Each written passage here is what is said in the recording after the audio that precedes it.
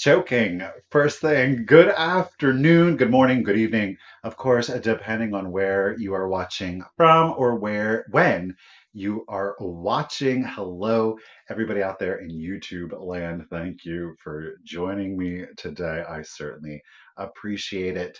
My goodness, let's just go ahead and talk about where you're watching from to all of our Canadian neighbors, especially in the east portion of Canada. For all of you in the northeast, you're probably dealing with some smoke. We definitely are here in northern Pennsylvania.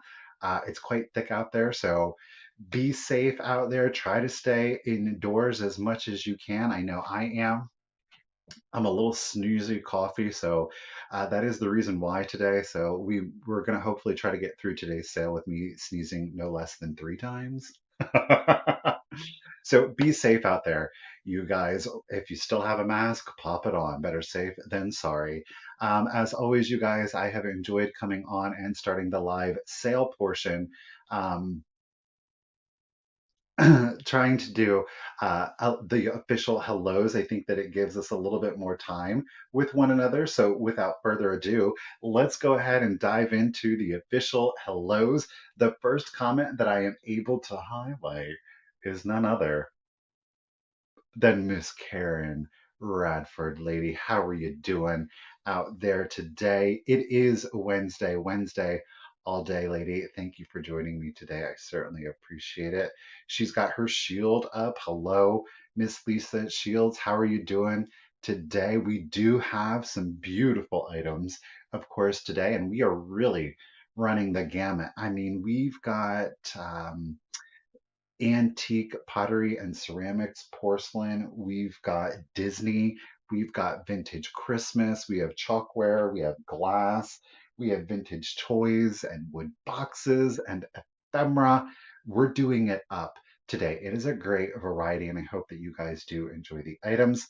We have the one, the only, Miss Ruthie B. Lady, how are you doing out there today? And of course, we're going to circle back to Ruthie here in just a second. Shannon, girl, what were you doing that you got kicked out already?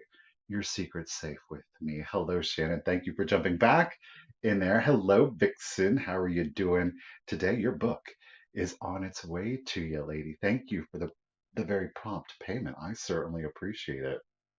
Speaking of Canada, Karen girl, my thoughts and prayers are with you. I hope that you are staying safe up there and out of harm's way as best you can. I hope that you continue down that pathway, and hopefully it will rain soon up there. I know a lot of people are hoping and praying out there. We've got Miss Meow Meow herself, the one, the only Miss Enamor Amy, everybody's favorite. Winking and Esco Kitty. It's official. That's right. Thank you, Ruthie, for reminding me. And of course, everybody, if you're already with us, make sure that you are in all messages. You don't want to be in top chat. You want to be in all messages. That way you see everybody's um, messages. I'm not sure why top chat even is an option. It's nonsensical. Hey, Steve, how are you doing today? Thank you for joining me. Miss Barbara White Lady, how are you doing out there today? She is still hunting down. She is chasing that vintage as always, Karen. Never give up the good fight. Hello, Lisa R. How are you doing today? Thank you for joining us. She's always up to shenanigans. That's right. But only the good ones. How you doing there, lady? And Lemmy, how are you this afternoon? Thank you for joining me. Devin, hello. Thanks for joining in again. We got Robin C is up in the chat. How are you today? We got Christine G. Wednesday crew. What's going on, lady? No whammies except for this. Pammy Whammy. How are you doing out there, Miss Pamela? And we've got Esther. Love the name. It is classic. She's an elegant lady out there. She says, I know I drink my tea with my pinky up. Get it. Hello, Karen. How are you doing today? Karen McGurdy, that is. Good afternoon. And Betty, how are you today? Thank you so much. I do appreciate it. We will have some of those items from yesterday and today's video at this sale today. I took a chance and put out a video earlier this morning. I'm probably going to keep it in the evening. That's okay. Hello, Cheryl. How are you doing today? Thank you for joining me. And Kim, how are you doing out there, lady? I hope that you guys are having a great day. Miss Smith, how are you today? I know, isn't it though? It's just gotten progressively worse. Like this morning when I went to the post office, there was a haze. Coming back from the post office, I was like, I can't see the mountains. It's crazy out there. Yes, Karen, our prayers are with you, Canada.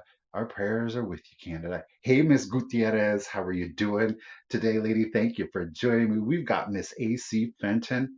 Janet, we got some Fenton here for you. And of course, everybody out there that loves your Fenton glass, we do have some pieces coming up for you as well as some mid-century glass. So I'm really excited about those. Deborah is out there in Dallas, Texas. Yeehaw. I forget what you're supposed to. Hey, Blue, how are you doing today, lady? Thank you for your quick payment, too. I most certainly. I know you got a box of fun coming to you, lady. We've got Giant Guy. He's a giant. He's a giant. Thank you so much. I appreciate it. Miss Deborah J. Girl, you can't start these wildfires, girl. This is what happens. Thank you for joining me, Deborah. And we've got Ms. Conkle is in with us and Cheryl. We've got Mary Beth is joining the chat. How is everybody doing today? I'm going to try to hurry here so we can catch up with our time. Terry, hello, hello. How are you doing? We got Joe is in the chat with us. We got the one, the only Miss Dusty Moose. How are you doing? Her loose. Got loose. Kelly Smith again. Hello. No, well, hello again. Lynn T, how you doing today? We got Steele is up in the chat. How are y'all doing? Thank you for joining me. We got Vicky B. Vicky B, watch out. Hola, how are you doing today? Donna R. And thank you for your service, Donna.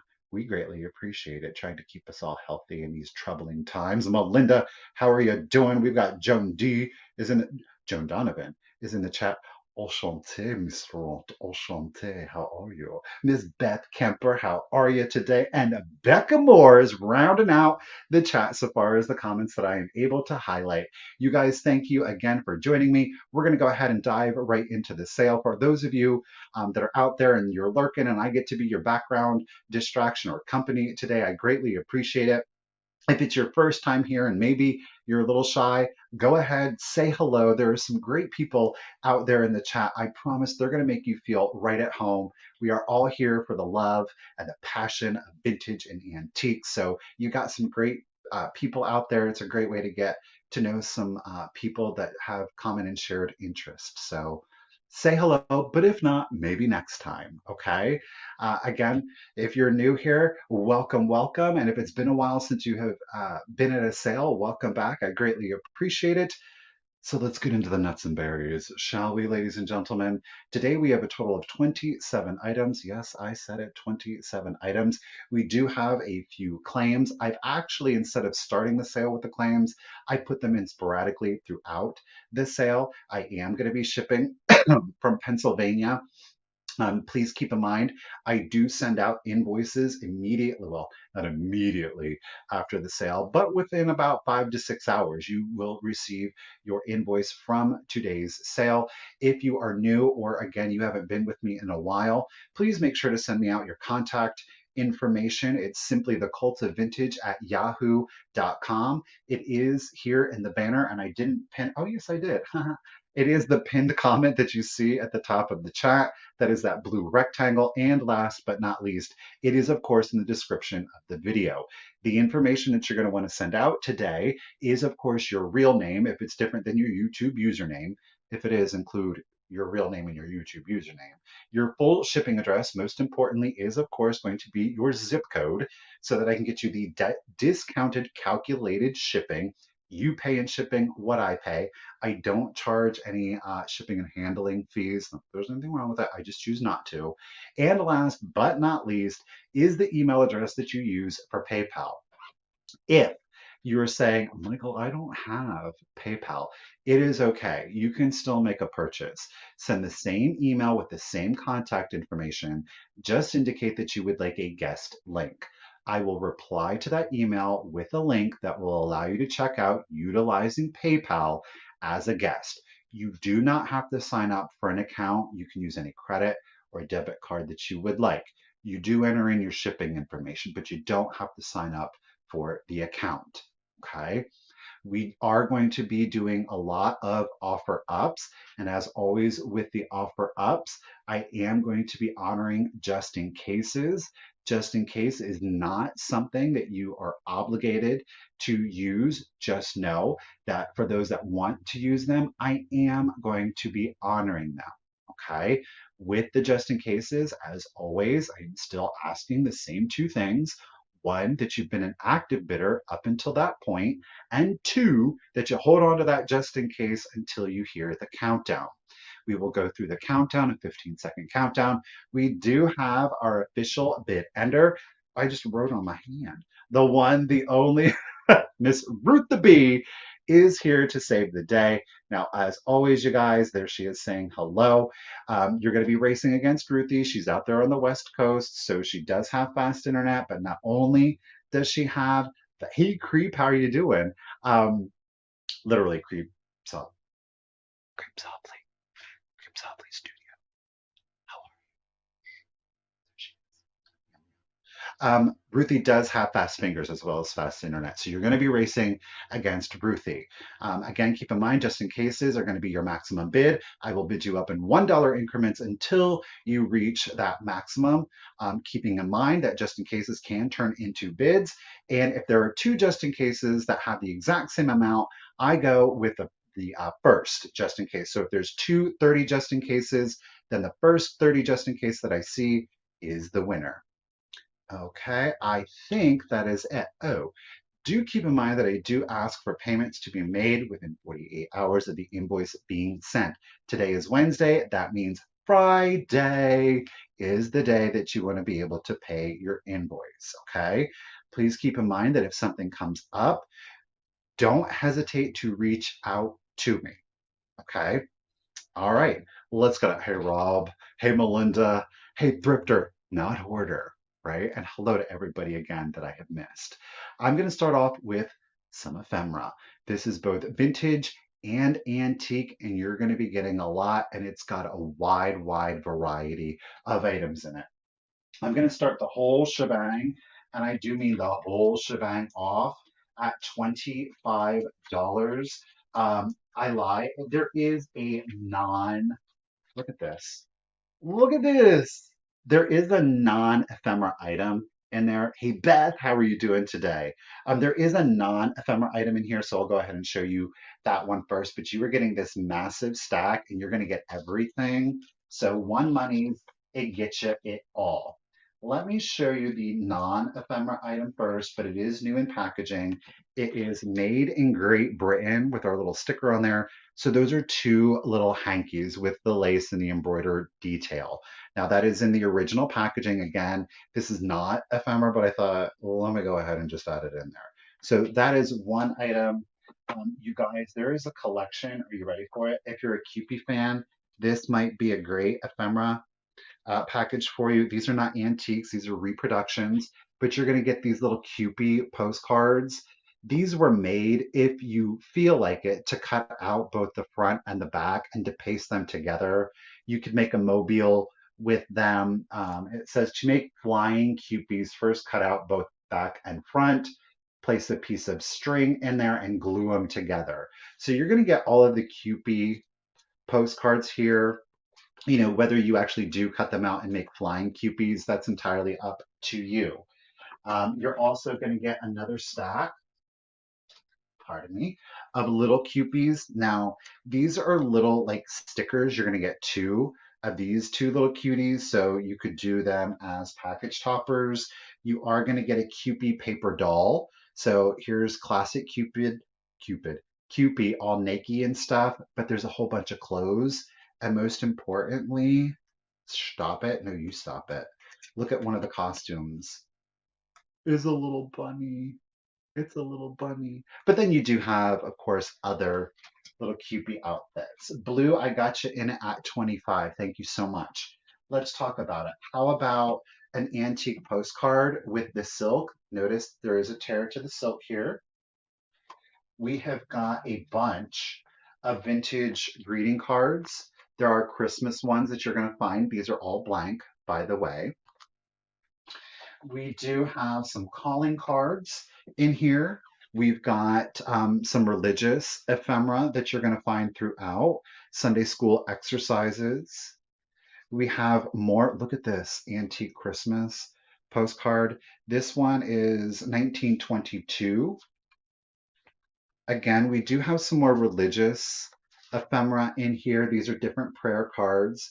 This one is the American Tact Society. So we've got the voyage of life, moral lessons back in the 18 and 1900s.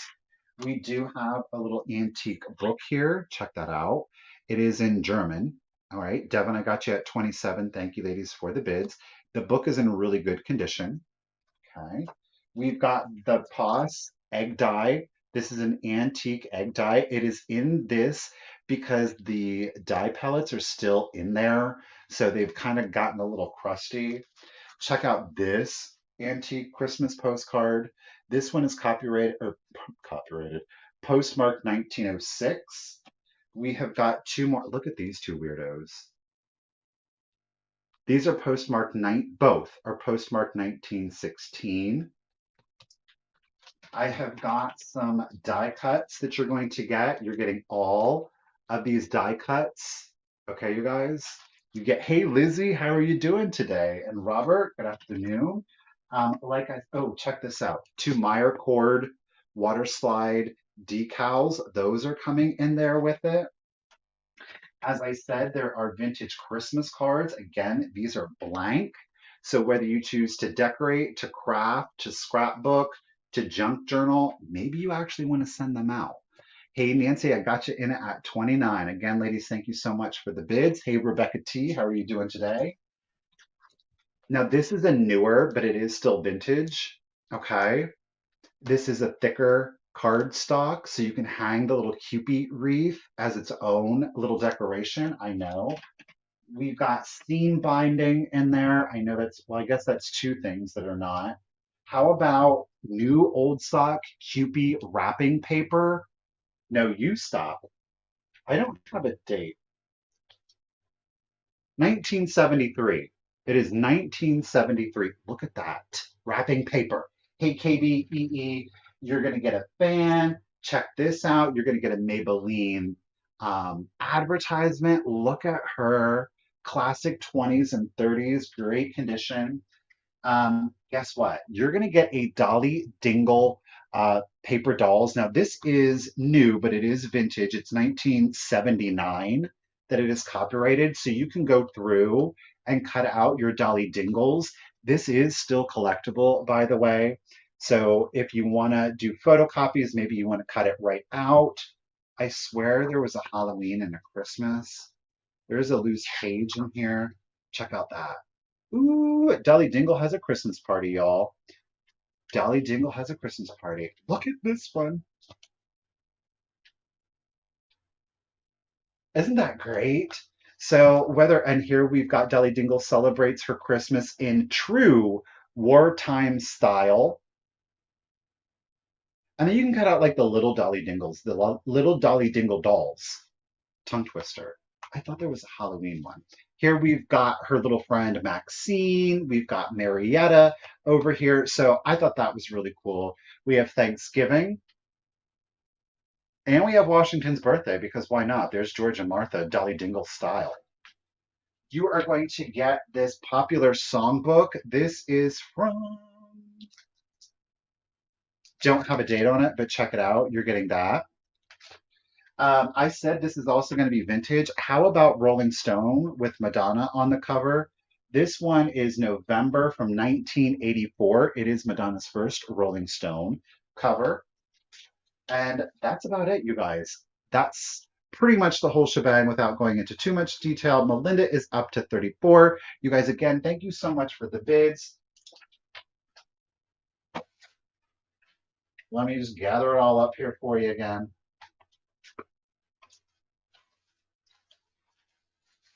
You get everything, and there's some surprises in there too that you didn't see. Okay. Nancy's up to 35, and I'm going to go ahead and start the countdown. You get everything, you guys. So 15, 14, 13, 12, 11, 10, 9, 8, 7, 6, 5, 4, 3, two, one, bid end. It's everything.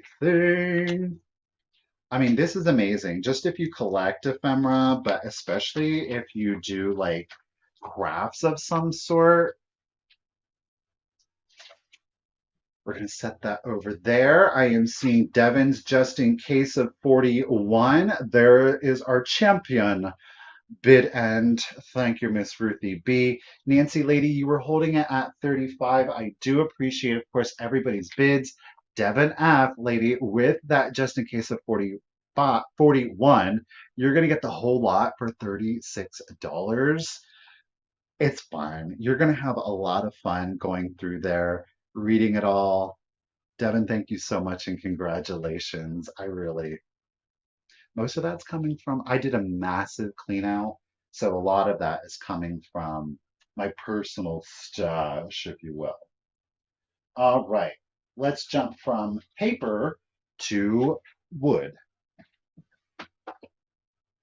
Now, this is a vintage. It does still have its original stickers on it. I'm going to go ahead and start it off at just $10, if, of course, there is any interest. This is handcrafted in India. It is part of the 10,000 Villages line, but again, made in India.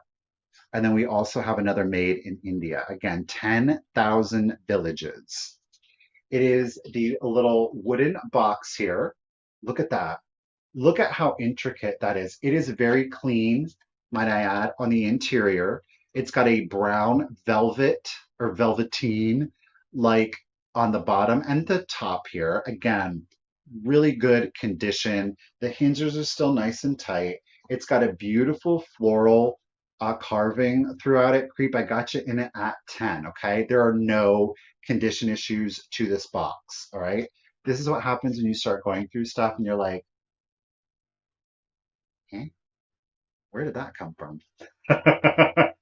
The dimensions on it. So we are at 6.5 inches long. We are at 4.5 inches wide.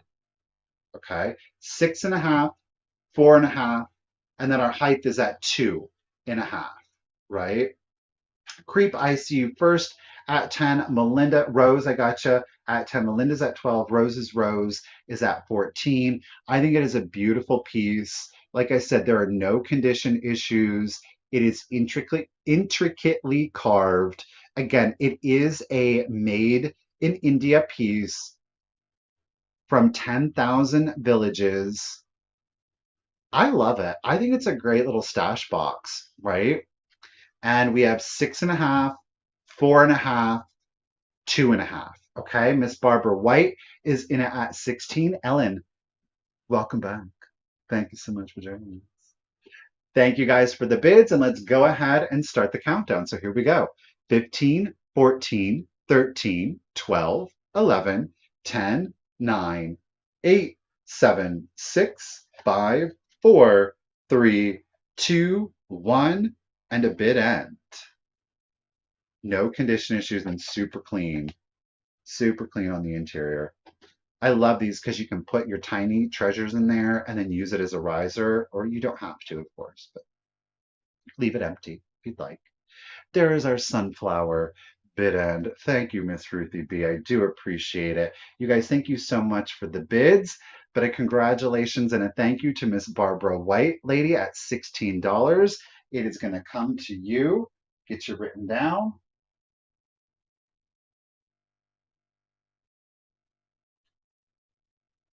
Okay. Speaking of tiny treasures, you guys, we've got a tiny treasure coming up for you. I'm going to go ahead and start it off at 15 if there's any interest. Here.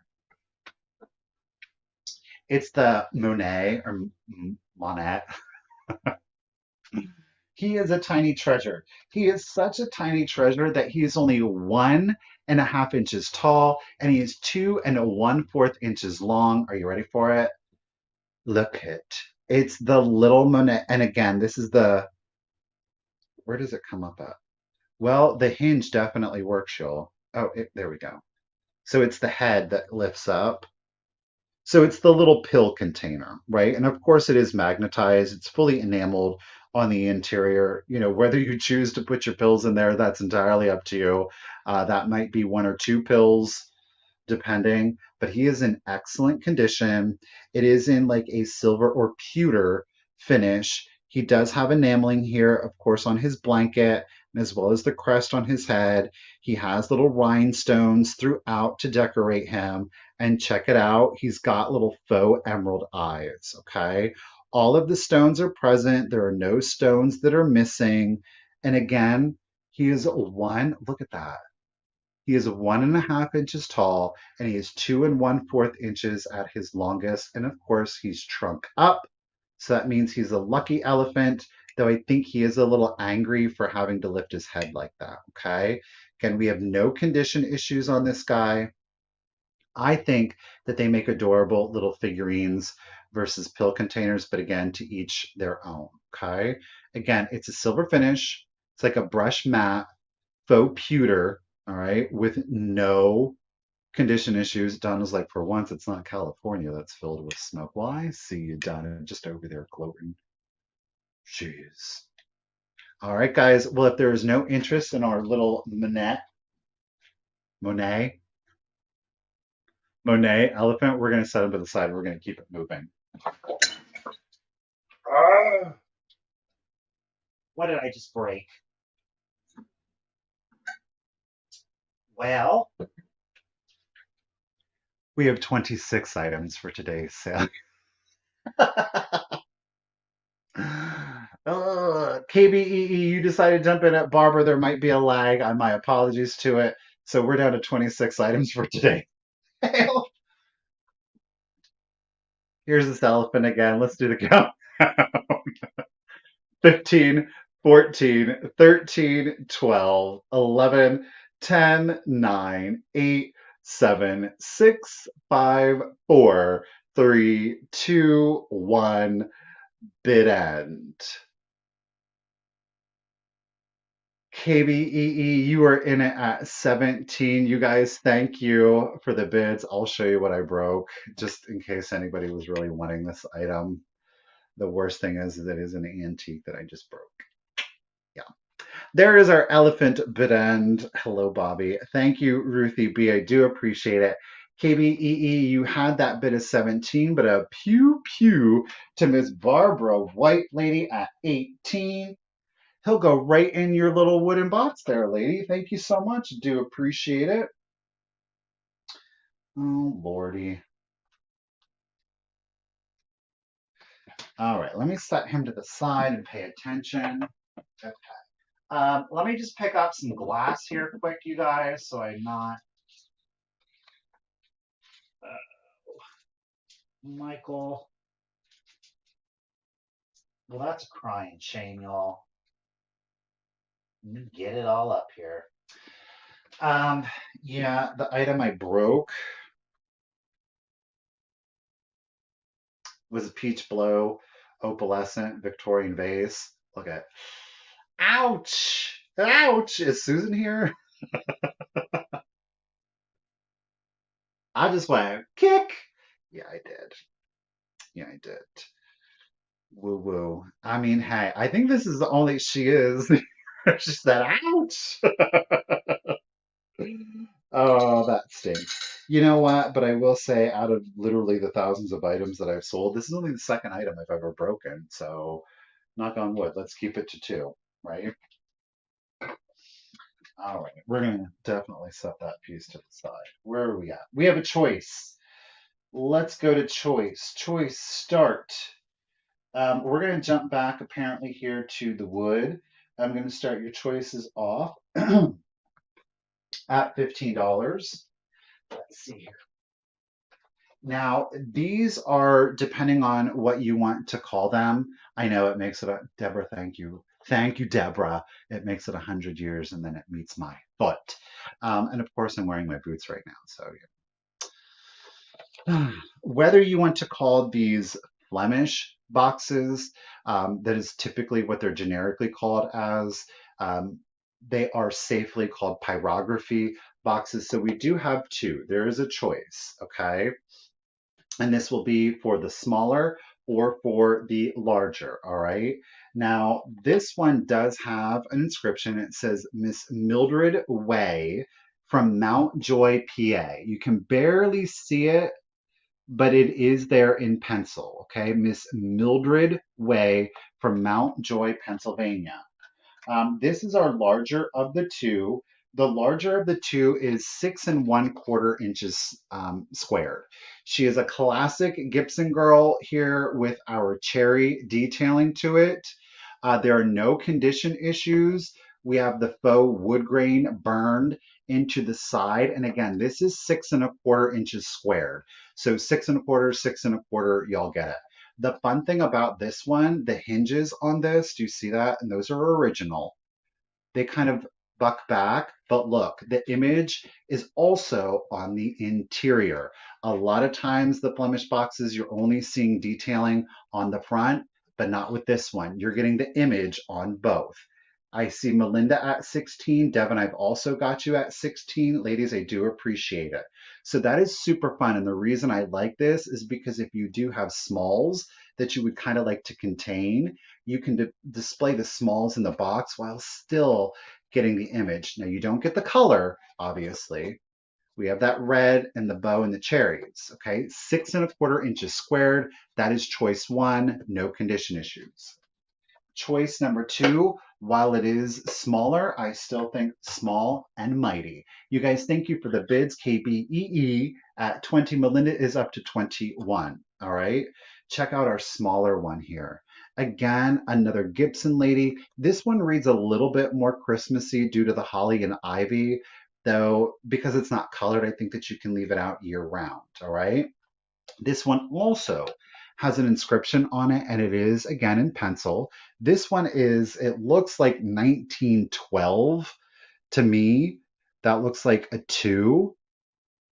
Alrighty. This one says to Mary, I can't read the last name, to Miss Mary, presented by Miss William Confair on Christmas, December 25th, 1912. So again, you've got that inscription. I like those little things. Yes, it's on the bottom. What happened? Oh, did the Titanic sink? Did it? I don't know. Susan Lynn is in it at 25. Again, like your other one, this does have those corner latches. And guess what? This also has the image burned in on the side. Again, it is condition free. Both are very clean. The hinges on both are original and still nice and tight. The dimensions on the smaller of the two, we are at 6⅛ inches long and 4⅛ inches wide. 6⅛, 4⅛. Okay, and this will be for your choice. We got Miss Bobbitt Earp is in it at 30. Again, you'll choose between large or small. I think both are fantastic. You can't go wrong. So Bobby's at 30. Miss Ouch, I got you at 28. And let's go ahead and do the countdown. Here we go. Very clean. Again, both are very clean, right? So 15, 14, 13, 12, 11, 10, 9, 8, 7, 6, 5, 4, 3, 2, 1, and bid end. Deborah, that's a great idea. If you do like your stones, your crystals, this is a great little display box because you get the added beauty of that. But you can hide your treasures. Remember, it doesn't count if you can fit it in a box. Susan, I got you at 31. Miss Susan Lynn, I got you at 34. Pew, pew to you, lady. There is our cherry bid end. Thank you, Miss Ruthie B. Miss Susan Lynn, lady, congratulations at 34. You are going to get first pick. Would you like large? Would you like small? Or would you like both? That's entirely up to you. Miss Ouch, you are second. Second choice at 31. Lady, you are on deck. Let's see what Miss Susan Lynn says. Miss Susan Lynn is going for our larger. You got it, lady. Let me get you down.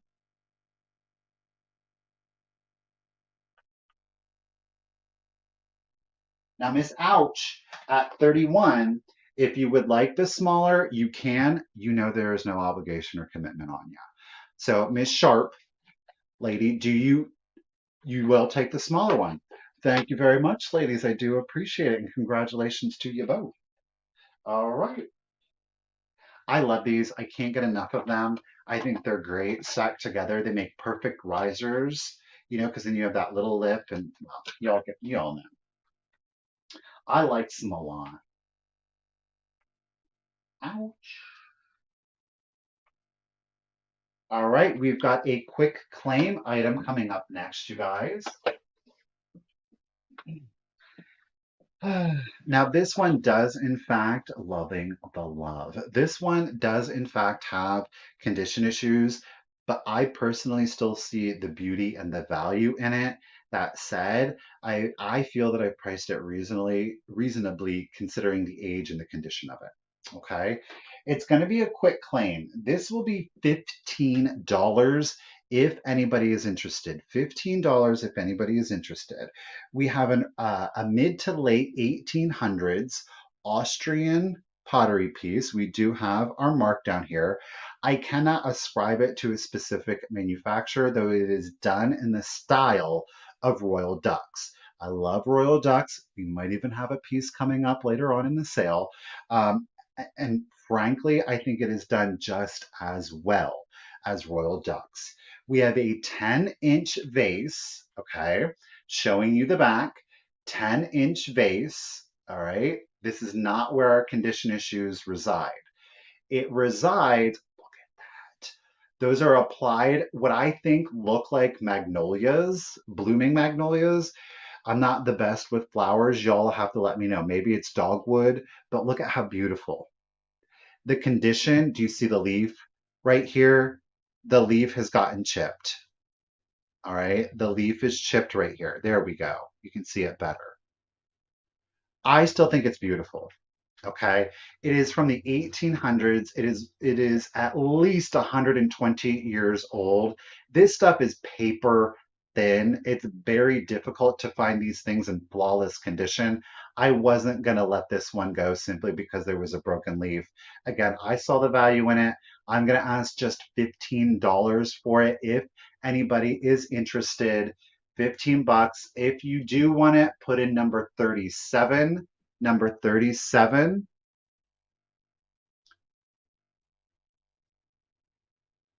Look at that. It's just, they're so paper thin.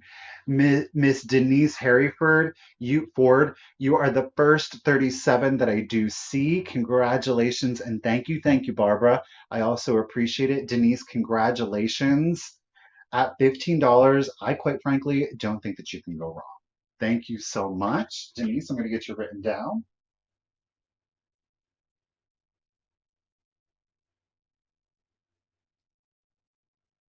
I know, quite frankly, there are several pieces that I have in my collection that have condition issues, and I don't mind because it's a privilege to be able to have them, for them to have survived this long, especially with people like me around. You know, it happens. It happens. It happens. All right, what are we going to do? Ooh, we're going to do a choice, you guys. We have another choice. Let me get her in here for you. Now I'm going to start these guys off at $20 if, of course, anybody is interested. We're bringing out jewelry. Did I mention we also have jewelry today? Because we, in fact, do. We have several pieces. Our first choice, these are both micro mosaics. They are both, they are both Italian. Okay, these are the older micro mosaics. We have one here in like a silver tone, and we have the other in a gold tone. Okay, they are both at 1.5 inches, 1.5 inches in length. Melinda girl just going on it. So your first choice, this is going to be your turquoise. As you're seeing, there are no tiles that are missing. Okay, this is choice number one, turquoise. And we're saying that because, pardon me, of the background. Turquoise choice, 1.5 inches. They are both stamped Italy. Okay. Your second choice, we're going to call this one blue, okay? And the reason we're calling this one blue is check out the blue background here in the center, okay? Again, neither, my goodness, neither is missing any of the tiles. The shape of the pin, the brooch, is the same. However, you can see the difference then in the tile work. Okay, so you have your choice between blue, or you can choose the turquoise, or you could choose both if you would like. That's entirely up to you. You guys, thank you so much for the bids. Miss Joan, I'm seeing, is at 26. Miss Melinda is in it at 28. All right, 1.5 inches in length, no missing tiles. Both are stamped Italy. Yes, there is some patina to the back, but quite frankly, you never see it because you wear them.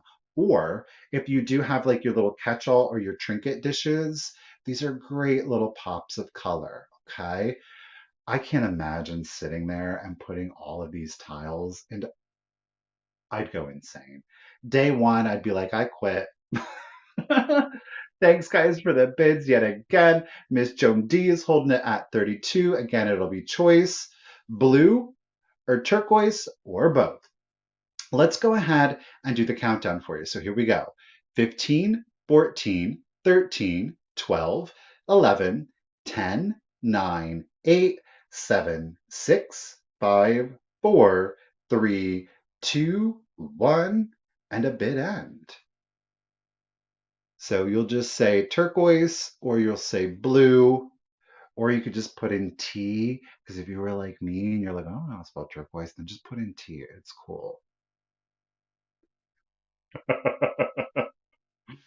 There is our Italia bid, and thank you, Miss Ruthie B. You guys, thank you. Virginia, your 33 came in right after the bid, and I do appreciate it. So, Miss Joan Donovan, lady, you get first pick at 33. Would you like the blue or would you like the turquoise? And then Miss Susan Lynn, you are back up with the first 30. So, lady, you are on deck. Okay, Miss Joan Donovan. You just put in blue or T. Or if you know how to spell turquoise, go ahead and show off those spelling skills, girl. Oh, Miss Joan, she kept it real easy on herself and just said both. Congratulations and thank you, Joan. You were getting both of your micro mosaics. 32, lady. Thank you. Well played. Well played, Joan. All righty. Thank you. Let's do a sip of coffee because I love. Oh, do you see? You could. Elizabeth would love a micro mosaic. She would love. Her name changes just about every single day. Before we go to the next item, it was a Starbucks day.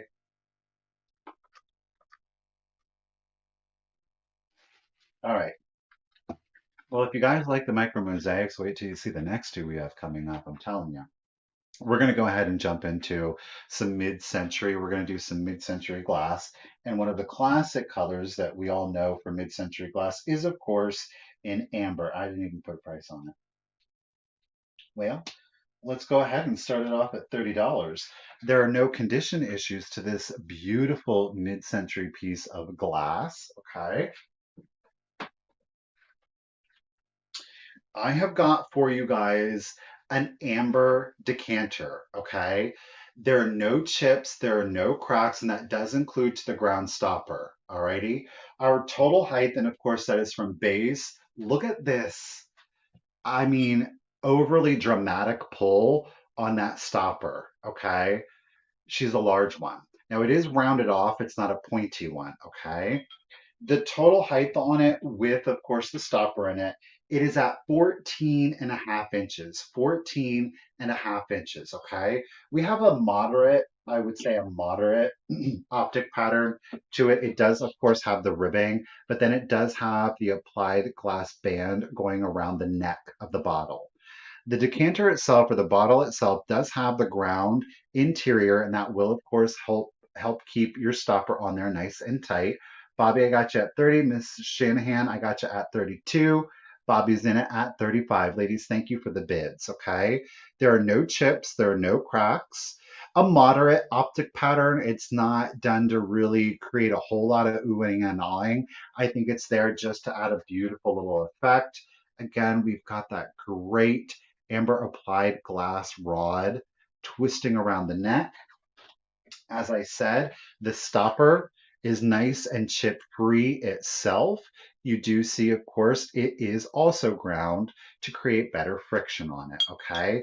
This is obviously great for the mid-century fans out there, whether you're decorating with that whole vibe, that aesthetic. I do think that this can most certainly go beautifully into a contemporary home. Maybe if you're more into kind of like the eclectic, the bohemian, the amber glass is a great addition. It is a natural kind of wood tone to it, so it goes with a lot of different colors. I think that if you put it with your avocado and hit it with black and a little bit of brass, while those colors may seem very common, it will still achieve a very high-end look. So do consider adding those together. Of course, putting this with your amberinas, your persimmons, it is a gorgeous look to it. Great, as you're seeing back here with your dark wood tones. I think that it really livens it up. It gives it a little bit of sparkle without going too far out of the color palette. No chips, no cracks. Again, we are at, what did I say? 14 and a half inches tall. Bobby has got it at 35. Ladies, I do appreciate it. It is unstamped and unmarked. It is hand blown, by the way. And this is a completely smooth pencil mark. All right. Let's go ahead and start the countdown for you. So here we go. 15, 14, 13, 12, 11, 10, 9, 8, 7, 6, 5, 4, 3, 2, 1. Bid end. I mean, look at the stopper is as tall as the bottle. The stopper is as tall as the bottle. Is that not insane? Ooh, Mr. Page jumping in on it. She said, I got some swan glass. Oh, she pewed it. Crescent moon bid end. Thank you, Miss Ruthie B. I do appreciate it. Misty Pate lady, she pewed at $40. Congratulations. Thank you, lady. It is coming to you, sister friend. Let me get you written down. A deal, I tell you, a deal. All right. Next piece is one of my favorite pieces. Um, okay. I can do that, girl. You want to just do that? We'll make it easy when I talk. I appreciate it. Um, the next piece is one of my favorite pieces of the sale, and she is flawless. There are no condition issues, and it's chalkware, but it's not just any old chalkware. Wait till you see this next piece. I've had her for a little bit. I've had her for a little, not a whole long while, but a little bit. I'm gonna start her off at $30 if of course anybody is interested. Now, it is not only is it flawless, it is felted. The felting is original. We do have our original paper label on there. It is the Roman Art Company Incorporated, Robia Ware out of St. Louis, Missouri. Okay, Missouri, depending, you know. Again, original felt, original paper label on her. Ooh, look at her. She is gorgeous. I love this piece. I love the color tones in this, the natural tones, that brown with the black airbrushing. She's got a little bit of a yellow detailing. She's got her beautiful Afghan dog here on leash. She has no chips. There's no cracks. She's not missing any paint. Look at that face, that hair. She is gorgeous. Okay. I love this earth tone dress to her. Again, if you like the natural, the wood tones, the bohemian, that mid-century look to it. So let's bust out Misty's decanter. I mean, it is a gorgeous look with your amber glasses. She's just something a little bit different. So if you are a glass collector, let me set this down. So thank you, KBEE. So if you are a glass collector, especially if you love those traditional mid-century colors, the ambers, the greens, the amberinas, she is going to be a very welcome addition to it. She does have full glazing, so she does have a shine to her. She's not super lustery. Um, I adore her. I think she's beautiful. Let's give you a close up here. So again, she has her Afghan. She's holding, of course, the leash. Look at that. And a lot of times you find these, they're chipped up, they're missing their paint. This girl, not at all. Look at that. Full ruffle. She is a Victorian Maryland. Thank you, Creep. I do appreciate it. Happy birthday to you. Thank you, Bobby is in at 40. She measures 10 and a half inches tall. She is at 10 and a half inches tall, right? So if you do like the pinups, she gives a little bit of a Maryland vibe. If you do like your Victorian ladies, she will work in there. But again, the color scheme gives you a great mid-century look to it. So a lot of versatility in this lady. And if anything else, she is just a gorgeous figurine. While she is chalkware, she's not overly heavy. She does have some weight on her, but she's not one of those bricks. You know what I mean? All right, KBEE is in it at 42, 10 and a half inches tall. And again, she does have her original paper label. We are Roman Art Company, the Robia ware out of St. Louis, Missouri. Okay. Let's do the countdown. Thank you guys for the bids. Here we go. So 15, 14, 13, 12, 11, 10, 9, 8, 7, 6, 5, 4, 3, 2, 1. Bid end. She's a great conversation piece, that is for sure. Miss Susan Lynn, I'm getting you in it at 45. She's a brick. House, a matey, just letting it all hang out. Ow. All right, the bids, it's a race to the end. There's our silver-haired beauty bid end. Thank you, Miss Ruthie B. Do appreciate it. Vixen, I got you with your bid of 43. Bobby, I'm seeing you also at 45, but pew, fast fingers, KBEE. Lady, you came in right before that bid end. Congratulations and thank you. She's coming to you at $46. What a great get. Love her. Thanks, Kiwi. EE. Can't wait to meet ya. Okay, let's get you written down. Okay, I said we had some Disney. We have two pieces of Disney. Both of them are a contemporary piece, okay? I decided to go ahead and see if maybe anybody would be interested in the next item.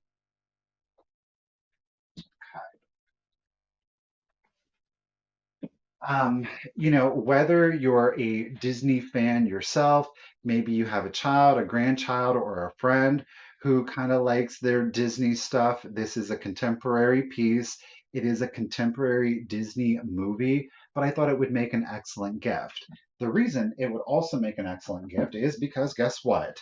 It's coming in its original box. Now, look, the box is nothing special. It is part of the Disney Showcase series. Okay. It's rather plain Jane, the box. There is a little bit of detailing on there. There is styrofoam in here, so it'll ship nice and safe. You do have a black and white image. I'm not showing it. The black and white image, that's the only thing on there. So you are going to get, of course, the original box. This is going to be a claim item, and it's going to be a claim for just $20 if, of course, yeah, if, of course, anybody is interested. It is the Walt Disney Showcase Collection. It is called the Sisters Forever, but it is Elsa and Anna. Okay. It is a polystone. It is made to look like Jim Shore pieces. Y'all know Jim Shore. It's not as overly carved as Jim Shore. They didn't add a lot of different detailing to it outside of what, the girls wear. So whether you have grandkids, whether you've got a young one, maybe you yourself love Disney entirely. up to you, but I think we can all agree it's very Jim Shore-esque. Okay, Jim Shore-esque. Now, I do want to let you know that there is a condition issue, and it is like this from the manufacturer. And I know because I was the one who bought this. Okay, there is a hole right here, and again, that came new from the factory. So that does exist there. Full disclosure, it did come from the factory. This was not bought secondhand. This was bought brand new. But that is there, and that is on the back. Okay. So it is called Sisters Forever. Obviously, it is Elsa and Anna from Frozen. It is the Showcase series from Disney. It'll be $20 if anybody is interested with the original box. $20, you just put in number 15. Number 15, if you are interested in little all Elsa and Anna, Sisters Forever. Let it go, let it go. Do you want to build a snowman?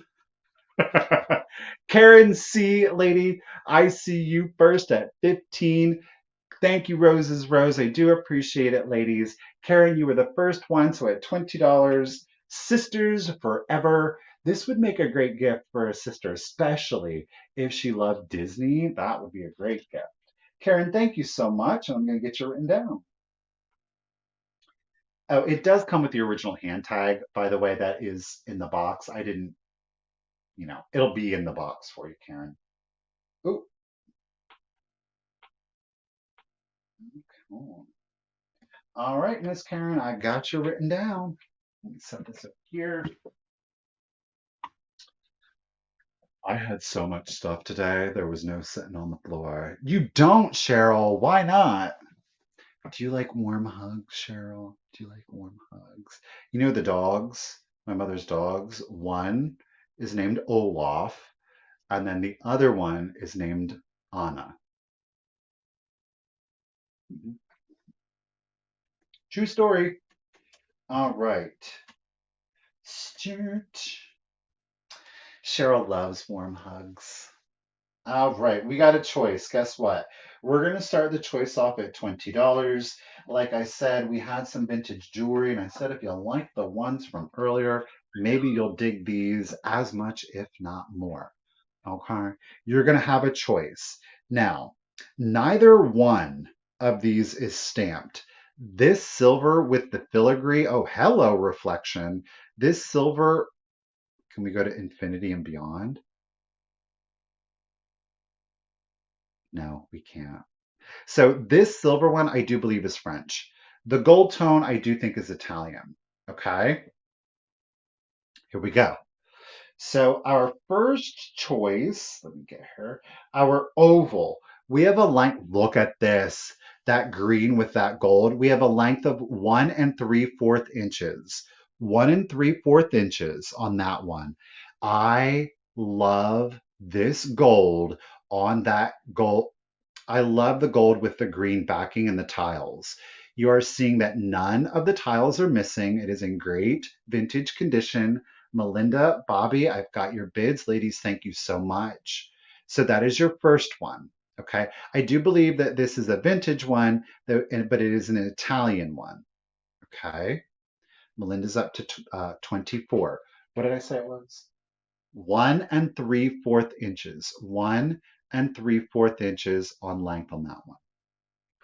Then we have what I believe is our French one. Please don't quote me on that. It is our silver tone with filigree.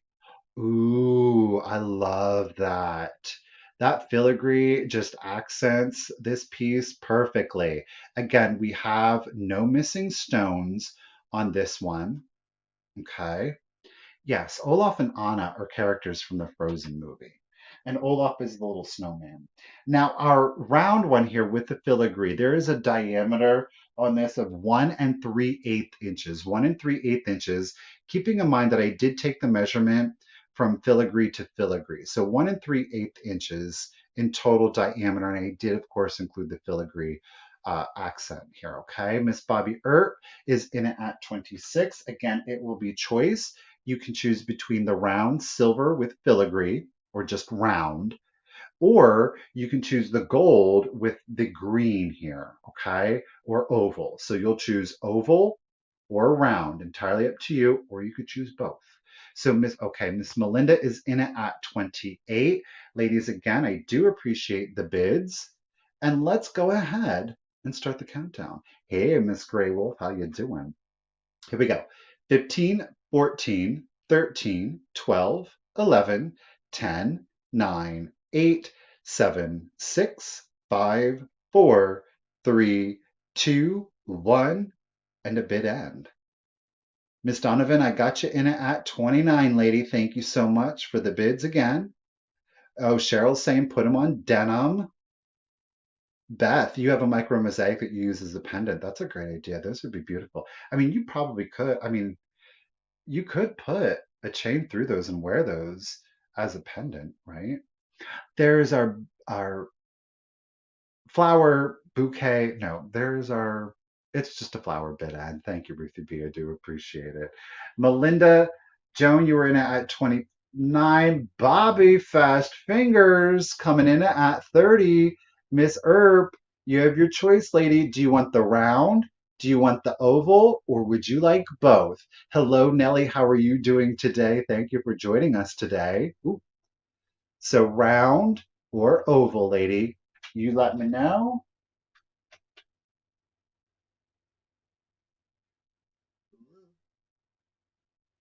Bob Earp is going for both. Well played, lady, and thank you yet again. You are getting both.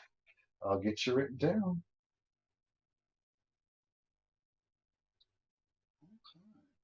Ooh. All right, guys. Rare glass alert. Rare Fenton glass alert. It's that time. Let's do it. Before we get there, I'm going to go ahead. Again, rare Fenton glass alert. I'm going to take a sip of coffee. I'll give you all a second to refresh if this is one of the pieces that you were looking for today. It is, of course, a hard to get piece. It is the Fenton Plum opalescent glass.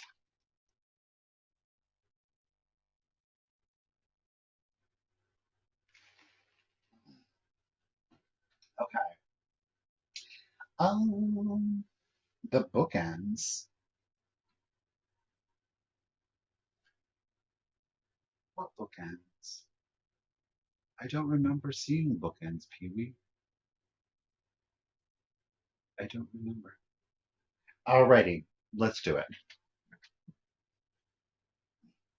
So yes, the thumbnail image today is actually utilizing our Fenton plum glass as the background. It is a gorgeous, literally plum color. There are no chips, there are no cracks to it. Um, Interestingly enough, because I've decided that, I really want to sell you guys some um, good Fenton pieces, that it would just behoove me to do a little bit more research. So I've got three different reference books. What I did not realize is that plum was a failed attempt at cranberry. Fenton decided, let's just go ahead and see if people will like it. Yeah, they didn't. So plum glass, it was not intentional. It was a failed attempt at them trying to achieve a new chemical composition for cranberry, but it created its own color, and they were like, well, let's go with it. And it flopped. So that's why it makes it so collectible and hard to get, is because they just thought, well, we're going to go with it. It was a very happy mistake. There it is. It is the Fenton Plum opalescent. There are no chips, there are no cracks. This is unstamped. It is unstamped. Now, this is in fact a candle holder. Whether you would choose to utilize it as a candle holder or not, this is totally up to you, okay? But that plum color, it's a hard one to get, right? This color is stunning. And Fenton does an excellent job with creating their opalescence. They're giving us a moonstone effect here rather than having the piece throughout. And I really love it. And of course, we do have an opalescent or a white crest running around it. Now, I'm going to go ahead And I'm going to start it off at exactly what I bought it for, and I'm letting you guys decide what you valuing it at. We're starting it at 75, okay? I got it at 75 because I know that plum glass is hard to get and it can get crazy expensive. So I was like, let's just see what you guys think. We have no chips, no cracks. There is a light opalescent effect here to our single candlestick. Like I said, whether you would choose to use it as a candlestick is entirely up to you. If I were to keep it, I probably would not put a candlestick in it. I think it would detract maybe a little bit too much from the color of the glass. Let's thank you, Janet. Thank you, Melinda. Ladies, I do appreciate your bids. Let's talk about the measurements. At our tallest, to the ruffle here, we have a rise of 3.5 inches. 3.5 inches rise. We have a diameter, and keeping in mind when I measured the diameter, I measured it from ruffle to ruffle here. Okay, from ruffle to ruffle. We are at 8 inches, exactly 8 inches from ruffle to ruffle. Lizzie's getting in the action at 78. Again, it is that Fenton plum. This is an all year color. I'm sorry, it is. This is a beautiful all year color. Again, up to you. Do you want to put a candle in there? You can. I would not. I would use it more as like a trinket dish, you know, personally, or you wouldn't have to put anything in it and just have the privilege of owning your plum glass. Okay. So okay, Janet's in at 80. I'm going to give you guys the measurements and then we'll start the countdown.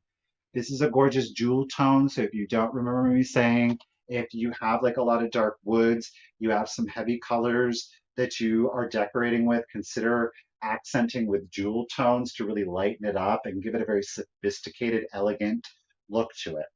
We have a rise at 3.5 inches, 3.5 inch rise. Total diameter at its widest at exactly 8 inches. No chips, no cracks. Again, this is unstamped Fenton. Failed attempt at cranberry. Okay. Janet's in it to win it at 80. And let's do the countdown. Not amethyst, plum. Not amethyst, plum. Here we go. 15, 14, 13, 12, 11, 10, 9, 8, 7, 6, 5, 4, 3, 2, 1, and a bid end.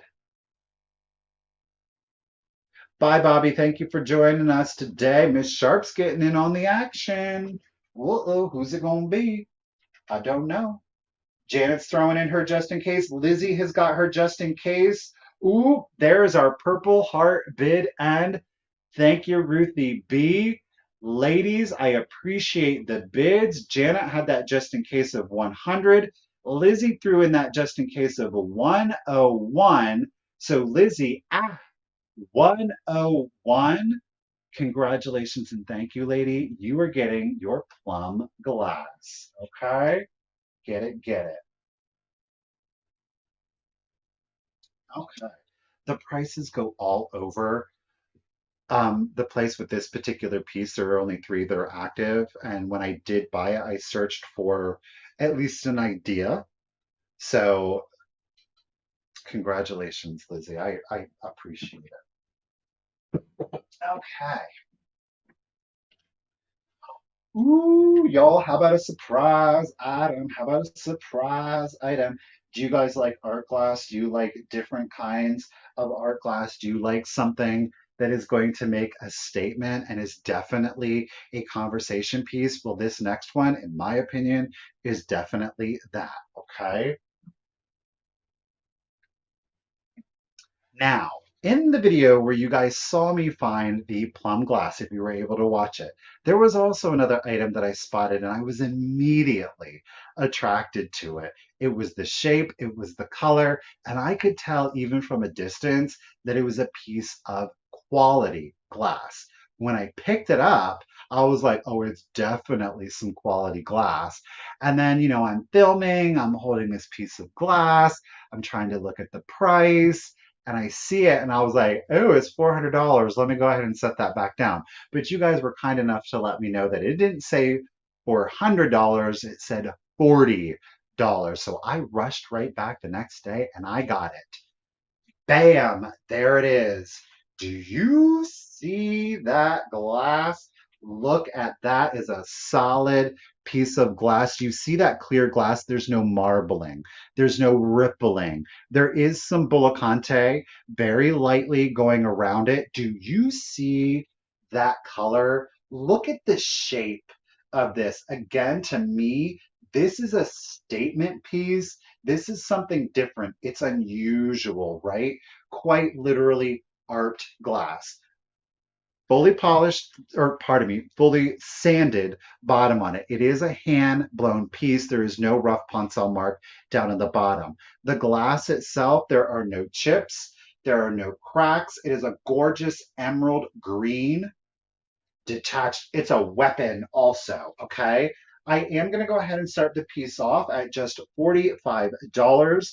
Again, like, yes, steel, it is a statement piece indeed. It is something that is going to catch your eye, and I love it because it evokes a little bit of an imagination. What is it? What do you see when you look at this piece? Okay, look at that. Did I say there were no chips? There are no cracks to it. I think there's a certain elegance and sophistication to it that we think that if you have a mid-century display, it definitely will lend itself well to it. Let's go ahead and pull out Misty's decanter again. You guys, thank you for the bids, okay? So again, you have a classic mid-century piece here in that amber glass, but then you can mix it with that green art glass. I mean, that is quite the statement, right? To me, this green is a year-round piece. Let me set this back. So do we want to use it for spring and summer? Obviously. Can we keep this out, most especially for our Christmas decors? Yes, we can. St. Patrick's Day, 100%, right? It is beautiful. No chips, no cracks. I really appreciate the bid, you guys. I am so glad I ran back and got it. KBEE, Miss Nancy, Miss Rachel P. Aubrey, I got, okay, KBEE. Oh, Girly is seeing an Irish swan going. I like it. I kind of see like a tropical bird. Is that crazy? But I see a tropical bird, but we're both seeing birds at the end of the day. How interesting is that? Okay. Gorgeous clarity. There are no inclusions. So we don't have air bubbles in the green. We don't see any ash, any soot. We do have, again, the bullicante coming around the base of it. Look, it's solid. It is heavy. Um, Joanna is seeing leaves. Okay, I'm down for it. Bird of paradise, yes. Well, Aaron, thank you so much. I do appreciate it. Audrey is in it at 85. Let's talk about it. 15 and a half inches tall, y'all. 15 and a half inches tall. And of course, that is back to our back piece here. All right. How do you want to display it? As such, you want to go this way maybe with it?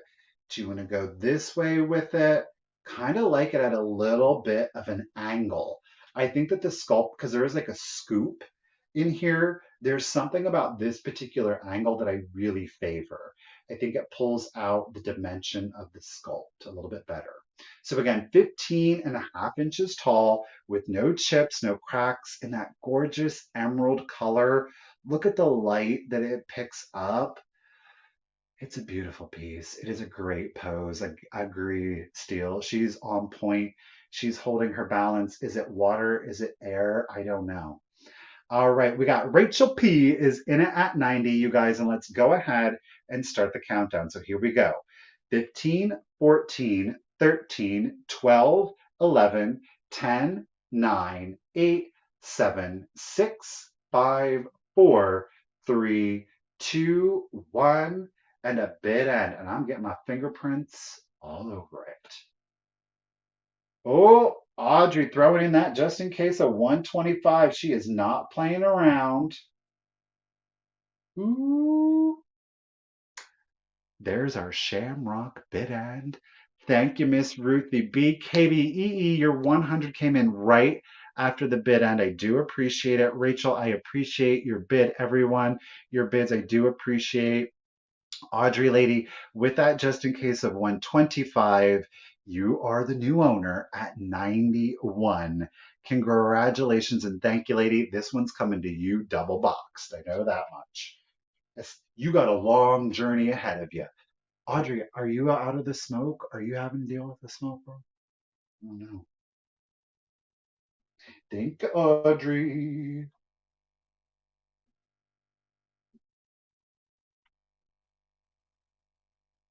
Ooh, ooh, ooh. I agree. It's different. I can't believe I said it. Thought it said 400. All right.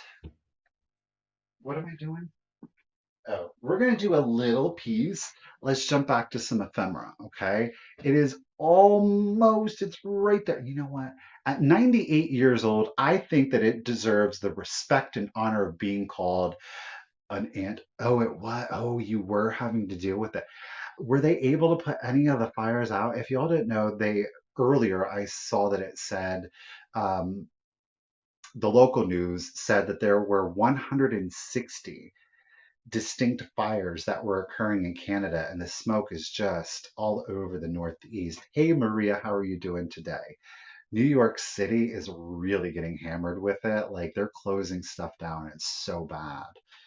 Um, but yes, I think at 98 years old, it deserves our respect for being called an antique. It is small, but oh, she is mighty. Oh, yes, it's under control now. Oh, hopefully then the smoke will just kind of dissipate and what we get will just be the remind. I mean, you walk outside and it smells like a campfire, and I'm in Pennsylvania. I can imagine how bad it would be.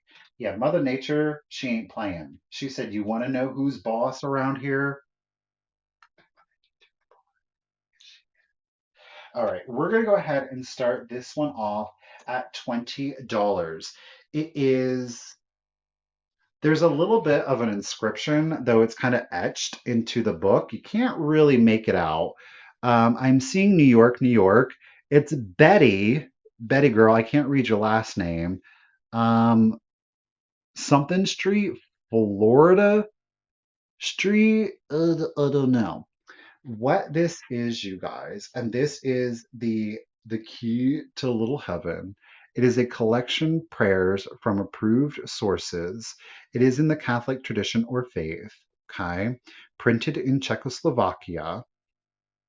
It's a little first communion book. All right, is my, oh, there is, yes, here we go. 1925 is our copyright, okay? Now, this is in English, by the way. We have all of the different feasts, the daily prayers or devotions, the Lord's Prayer, the Apostles' Creed, your grace before and after meals, your morning prayers, your evening prayers, Holy Mass prayers, prayers for confession. Oop, this is celluloid on the front as well as the back. Okay. Look at how good the condition is. Because a lot of times these get really super dried out and they start cracking and chipping. Okay. Not this one. Binding. Look at the binding. There's no chipping or cracking on that one. And again, look at the back. No chipping or cracking to that. I just dropped a little prayer. Well, by prayer card, it looks like they kind of used it as like a little bookmark. But of course, we do have Jesus on there. This is lightly illustrated. The illustrations are just in black and white. So we are seeing Holy Mass here. But again, it's just a little Holy Communion, your first communion book, your daily prayers. Now listen, I just happened to apparently turn to a spot where there's a lot of illustrations. It's not like every other page. Is it every other page illustrated? Okay, I just opened to an area where there are a whole lot of illustrations. You will get to places where there are no illustrations, but again, I just want to give you an example. So it is still legible. I will say that it is still legible, but you do just have little simple black and white illustrations. Here we go. So again, you can kind of see there is more text there, okay? But it's your first little Holy Communion out of the Catholic Church. It is from 1925 with the celluloid cover, spine, and back that are in excellent, excellent antique condition. I know We've got some bids coming in. KB Melinda, ladies, thank you so much. KB EE, the Alberta fires are under control, but I don't think the East Nova Scotia fires. Oh boy. Dina, we have a smoke. Okay. So Dina is out there. Deanna is out there in Central Ohio. Solid grade for two. Yeah, it's supposed to go from poor to very poor as the day wears on now. Alrighty, so we got KBEE is in it at 25. The prayers do mean so much. I love it. And this was some little girls from 1925.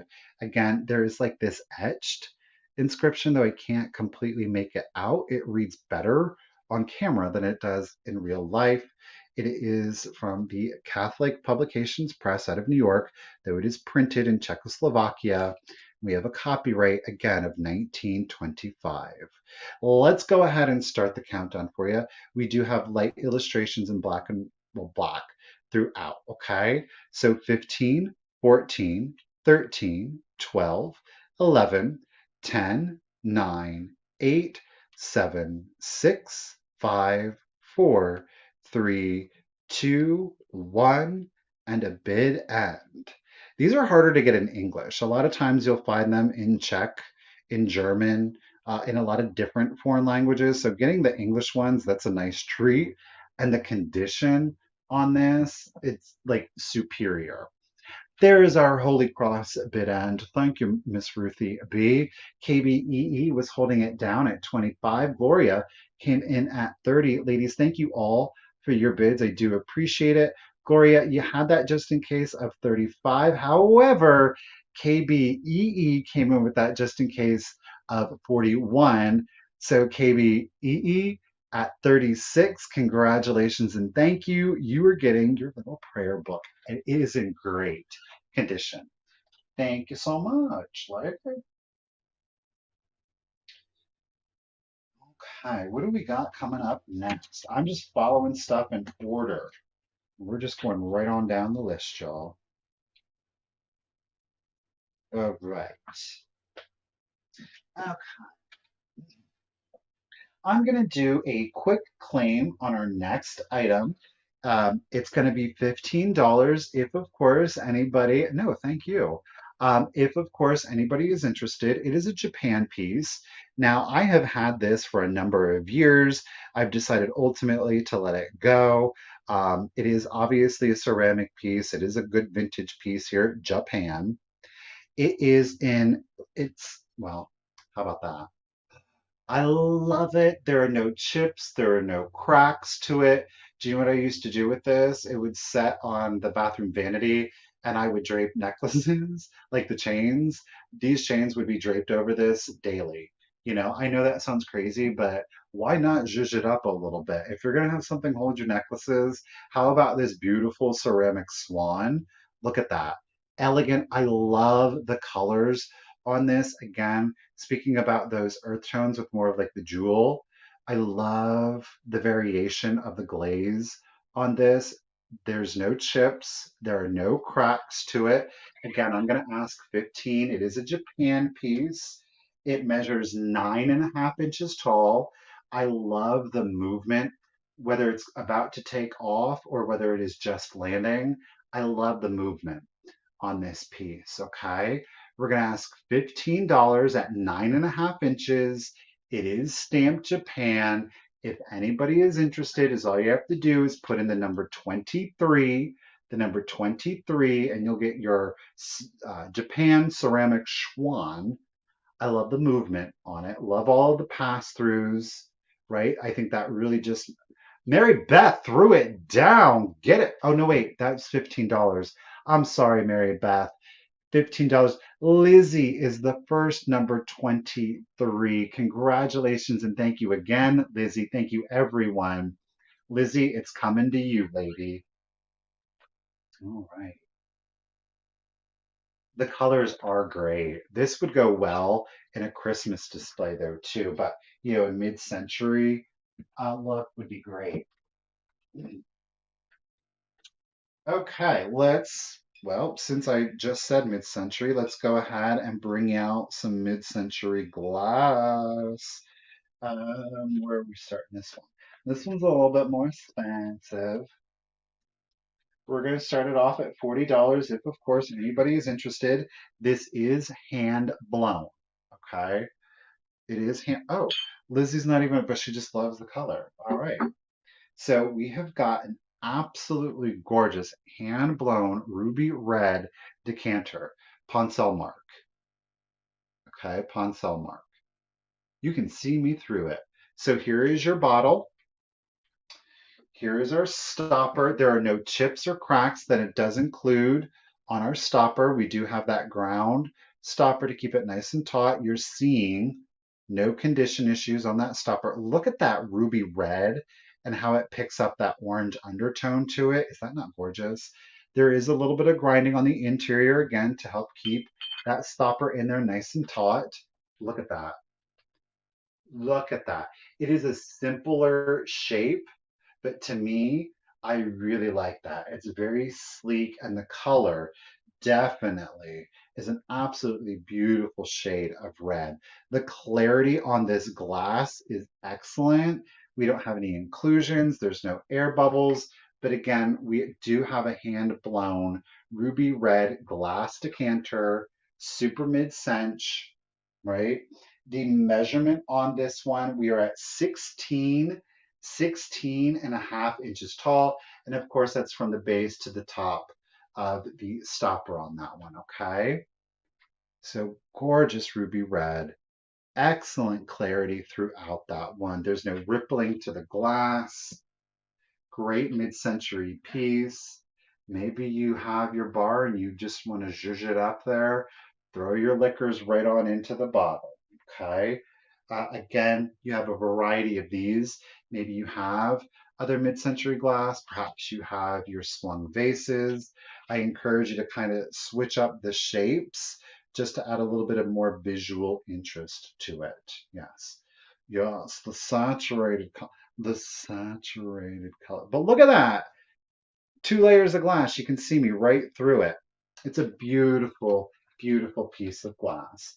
All right, Miss Christine, I got you in it at 40. Lady, do appreciate it. No chips, no cracks. We have a total height with the stopper in at 16, oops, sorry guys, 16.5 inches tall. Excellent, usable condition, might I add. I mean, of course, I'd probably wash it out. You never know what somebody was storing in here. I don't know, right? Oh, Mr. Pate's getting in at 50. Look at that. That stopper is like flawless, y'all. Flawless. Rounded tip to it, okay? All right, guys. Well, we got our bidders. Let's do the countdown. Here we go. So 15, 14, 13, 12, 11, 10, 9, 8, 7, 6, 5, 4, 3, 2, 1, and a bid end. Ooh, Mr. Pate ain't playing around. She threw in 60. Christine said, I ain't scared. I'm going to use my just in case of 62. I don't know. Who's it going to be? Oh, there is our red book. Red door. Red door. Bid end. Ladies, thank you so much for the bids. Mr. Pate was holding it at 60, but Christine threw in that just in case of 62. So at 61, Christine, lady, congratulations and thank you. You're getting 16.5 inches of ruby red mid-century glass coming to you, lady. Thank you so much. Let me get you written down. Okay.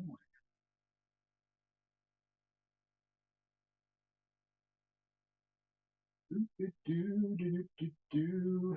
Oh, I really want to jump ahead and do this one item, but I'm not going to. I'm going to stay in order. I'm going to stay focused. Okay, so I've had this next piece for, no, KB, you don't need to stop. You don't need to stop. Keep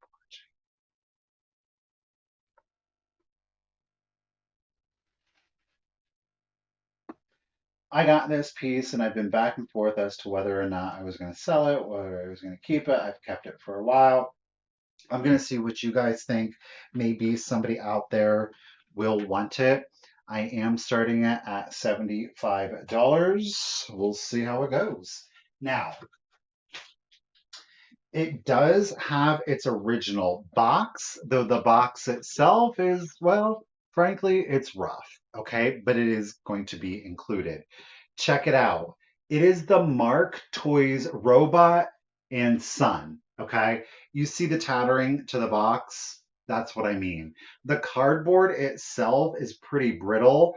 I will say all of the pieces are down in the box. I'll include those in case you kind of want to tape it back together if of course anybody's interested, but we have the instructions. So it is the Marks Toys, Lewis Marks and Company, Robot and Son. Okay, let me show you the robot.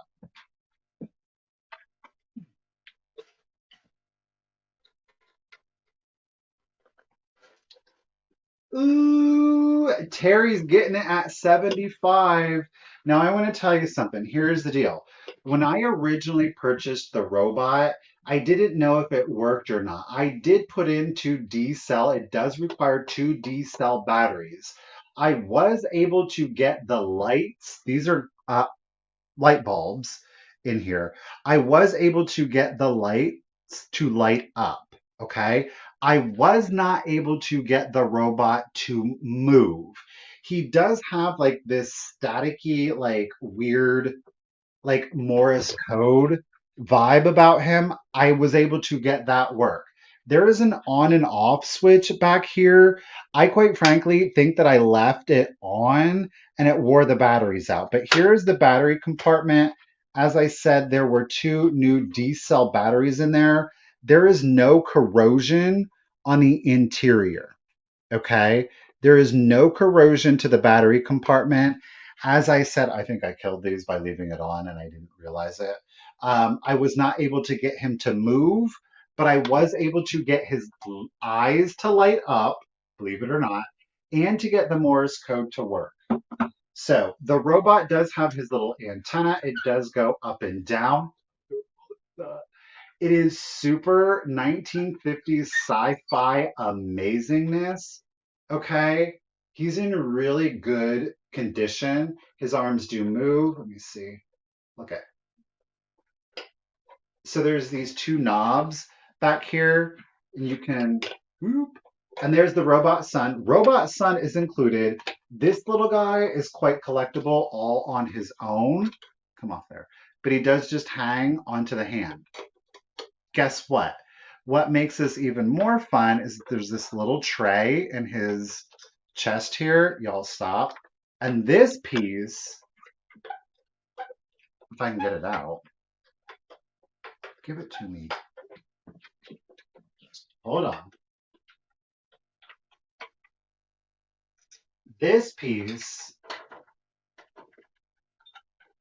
so in his little chest compartment is the little wrench.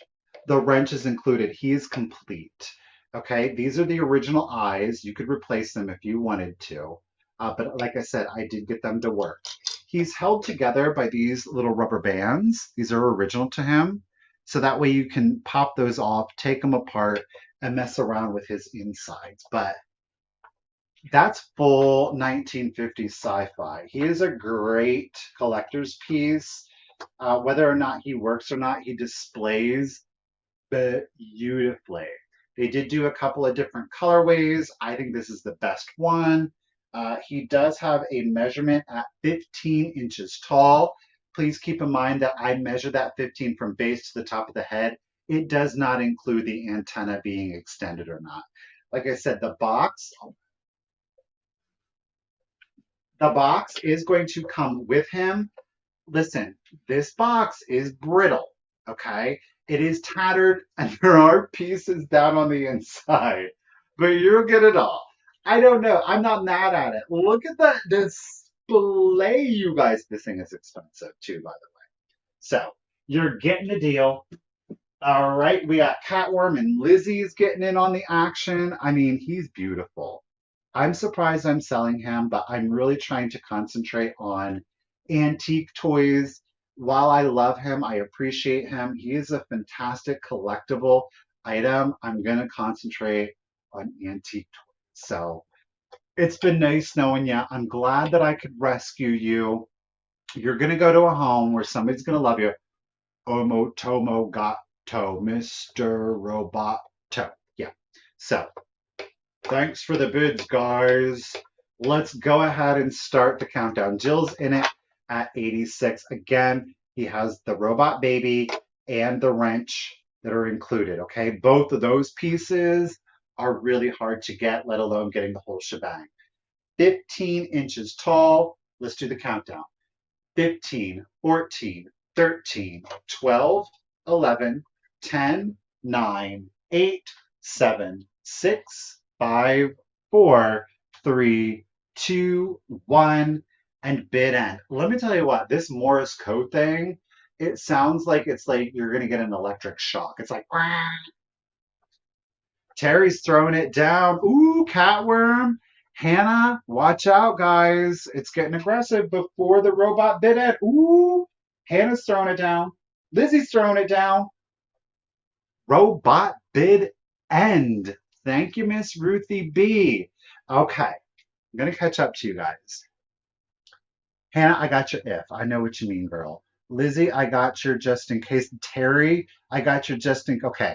So Terry had the just in case of 125, but Lizzie threw that just in case of 129 down. So Lizzie, congratulations and thank you, lady. At 126, you're going to get Robot and Son plus the original box at $126.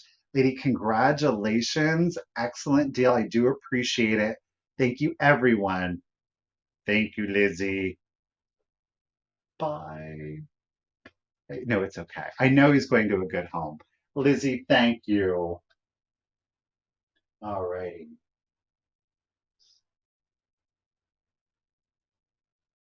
I mean, this is just so. That is excellent. I mean, that would be great in your Halloween displays too, that black and red. I'm going to set him over here safely. Okay. Okay, guys, thank you again. Ooh, ooh, we got a big piece of glass, y'all. It's a big piece of glass. This is a statement, okay?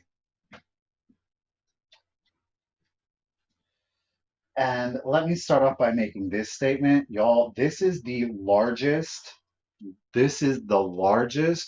Jack-in-pulpit that I have ever found. This is the largest Jack-in-pulpit that I have ever found. I am going to start it off at $35, but yes, it is in fact in clear glass, but it's got a.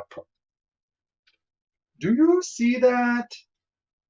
Do you see this Jack-in-pulpit?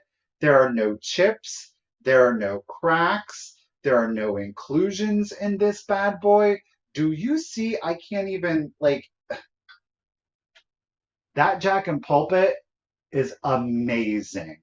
This would hold long stem florals in this. I think that it is gorgeous. It is timeless. It is year round. It's not going to go out of style. It is 19 inches, and that is from the base to the top of the flower. 19 inches, clear glass, Jack-in-pulpit.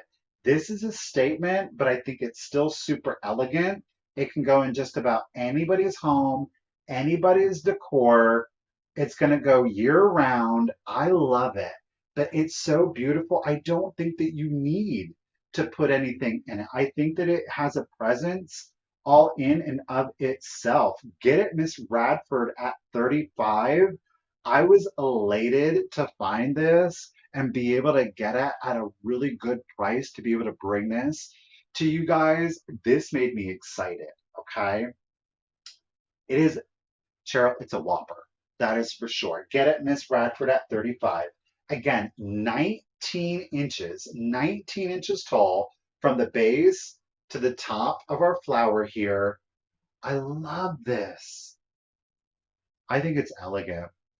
Oh, do yes, Lizzie, you could do dried florals in there. I just think that it has such a presence to it that you don't have to put anything in it. But again, to each their own. I wouldn't be mad at seeing fresh cut dried florals in there. Maybe you want to do again the bohemian. You have like the pom-pom grasses coming out of there, something large to make an even bigger statement out of it. Oh, the peonies in there. I know Richard is drying some peonies right now. I think dried peonies in here, if you got like 5 or 6 dried peonies, or what are the other ones? They're really big, the hydrangeas. If you had hydrangeas in here, whether they were fresh or dried, oh my gosh, that would be amazing in here. How about we do some lilac in here? Whether we do the lavender, maybe we do the white, and we have just some greenery vines draping down. You have the ability to do that with this piece and make an absolutely beautiful, beautiful floral arrangement out of this one. Lilies, Dusty, I agree 100%. Whether you do like a calla lily, maybe you want to do like a Casablanca, an all white lily in here would be beautiful. Okay, enough yammering. Where are we at? So Karen's coming back in it at 50. Audrey is coming in it at 55. Ladies, I do appreciate the bids. No chips, no cracks. It is 19 inches exactly. Hollyhocks, put in some forsythia. In this one, you're not going to go wrong. Don't put anything in it at all. 19 inches tall, no chips, no cracks. It is the largest Jack-in-the-pulpit that I have most certainly ever found. I appreciate your bids, you guys. Let's go ahead and do the countdown. So here we go. 15, 14, 13, 12, 11, 10, 9, 8, 7, 6, 5, 4, 3, 2, 1, and a bid end. Thank you, Modern. I do appreciate it.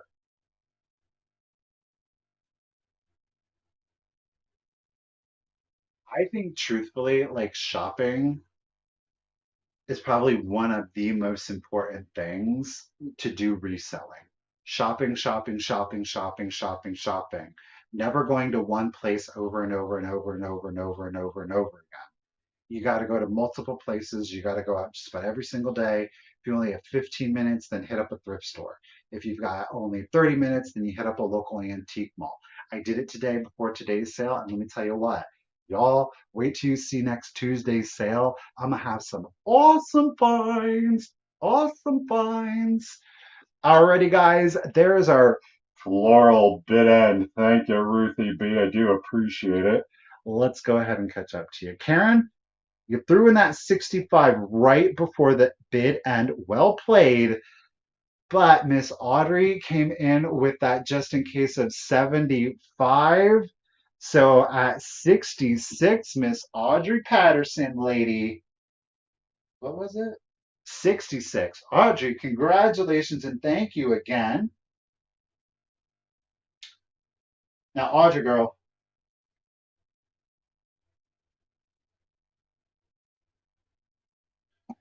and you correct me if I'm wrong now, Miss Audrey. I'm gonna assume we're gonna ship this and the green piece separately just to ensure it gets to you safe and sound. It's gonna cost more in shipping, girl. We both know that. But I would really like to see them get to you safe and sound. And I will try my very best to get you the very best deal that I can get. Okay, he's in the chat. Everybody go ahead. Richard's here. But yeah, shopping, you gotta. And I'm telling you what, now listen, somebody was out at the Urbana flea market last Saturday picking up some fire stuff, y'all. So we have got some amazing pieces lined up for you guys. He's a lurker.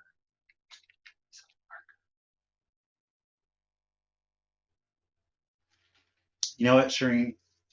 I try, but I definitely have had stuff arrive broken, and it's just like the box is perfect. Like it doesn't look like anything is wrong with the box, yet the glass is broken. I have had somebody receive a box, and when I mean that it was shredded, I mean that it was shredded. Yet it was a tall, thin glass vase. It arrived unscathed. I have no idea what is going on, but hey Barb, how we got Barb is out there lurking too. But it happens. I mean, it happens to the best of everybody, you know, it's just the law of averages. You can only get away with not having something broken for so long, and eventually it's going to occur. Even when there's no issue to the box, the glass is broken. Okay. Now listen, the next item. I was really debating about whether I was going to sell this or not, because this is like a rare treat. Okay. When we talk about antique children's books, right? I think a lot of times the two titles that come up as like the most desirable and antique children's books are Wizard of Oz and Alice in Wonderland. Okay. Those two are just, for whatever reason, those books are just super desirable. Okay. I have the privilege and the honor of bringing you guys an antique Alice in Wonderland illustrated color illustration plates today, right now. If you love Alice in Wonderland, if you love antique books, if you love antique children's books, if you just love to get the hard to get stuff, then here we go. Now, there are condition issues, so before I throw up the price, I'm going to go ahead and show you the book and we'll talk about the condition issues and then we'll go from there. Okay?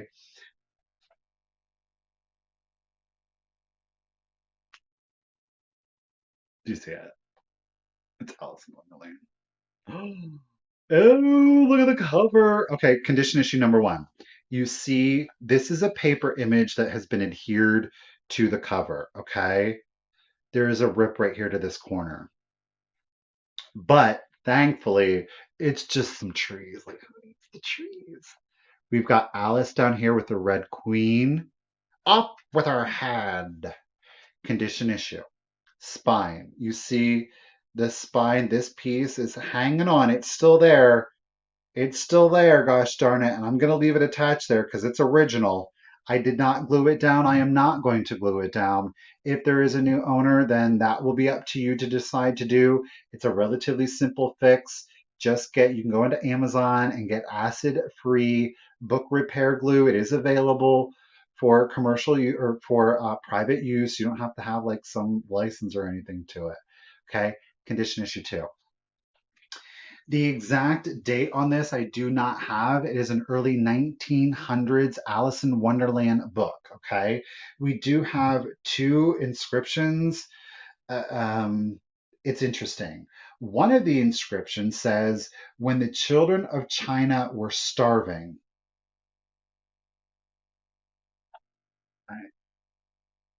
1921. I'm not making it up. The other inscription says, it's a queer story. Marie Wagner, I got this book in 1918 Christmas. So it looks like there has at least been two owners, right? Or three, now four. Maybe you'll make the fifth. Okay. There are full color, there is no copyright in the actual book. Okay. It is illustrated by Hugo von Hofstein, and it is from New York Barnes and Hopkins Publishers. Okay. Illustrator, publisher. I'll let you go ahead and look it up. Go ahead. It has illustrations for a total of, including the front image is included in that. 1, 2, 3, 4, 5, 6. So there are an additional 5 illustrations on the interior. So we have a listing of our illustrations. One of the illustrations is loose. These people were obsessed with China. I don't know. But here, this, I'm leaving it in there. There's a stamp, China Life Savings. Look at that. Do you see? One of the illustrations is loose. Look at this is, of course, they had to get that one. This stamp is spooky. That's illustration 2. There is foxing, and this one is coming loose. You see the foxing? It's the tea party.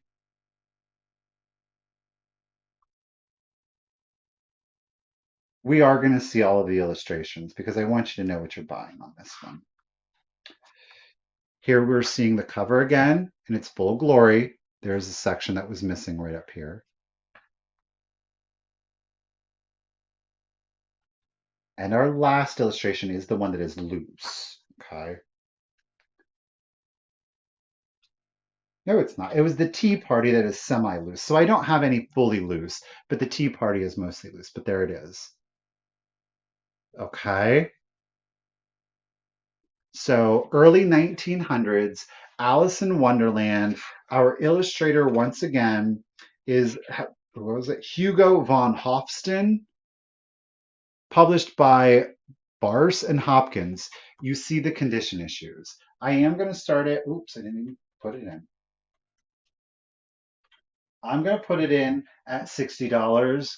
Yeah, it does have its condition issues, but I did do some research on it, and that is a steal for this book. Condition issues and all. Okay. Um, there's, I think, 3 listed. One of them is completely roached out, and trust me, they're not starting it at $60. So okay, Lizzie, getting in on it. This is one of those things where it is an honor and a privilege to be able to be a steward for this piece to help continue to preserve it for the next generation, and hopefully whomever acquires it afterwards is able to preserve it for the next generation. Early 1900s, Lewis Carroll's Alice in Wonderland. As you saw, it has 5 color plate illustrations on the interior. One of those illustrations being, of course, the cover. The cover does have a tear to it right here. We do have a loose piece to our binding. And as you saw on the tea party, it is coming loose, but it is still holding on. Okay. This was a rough cut. So you do see texturing to the pages that is intentional. That is how the book was manufactured. It wasn't like cut. You know what I mean? Catherine has this, and she hasn't seen this edition. Now there is a stamp, so I guess we could argue that is a condition issue. But I think it's part of the history because, again, when the children of China were starving in 1921, they were out buying China Life saving stamps. It's very thoughtful of them. Okay. Listen, I'm telling you, if this is a book, then go for it because good chances are you're not going to see it again. Bottom line. Bottom line. There she is with her caterpillar smoking the good stuff. It's beautiful. Alice in the garden with the Red Queen. 2 more illustrations. If I can find it. Oh no, there's another illustration in here, you guys, and I didn't see it. Look. The Trial of Alice.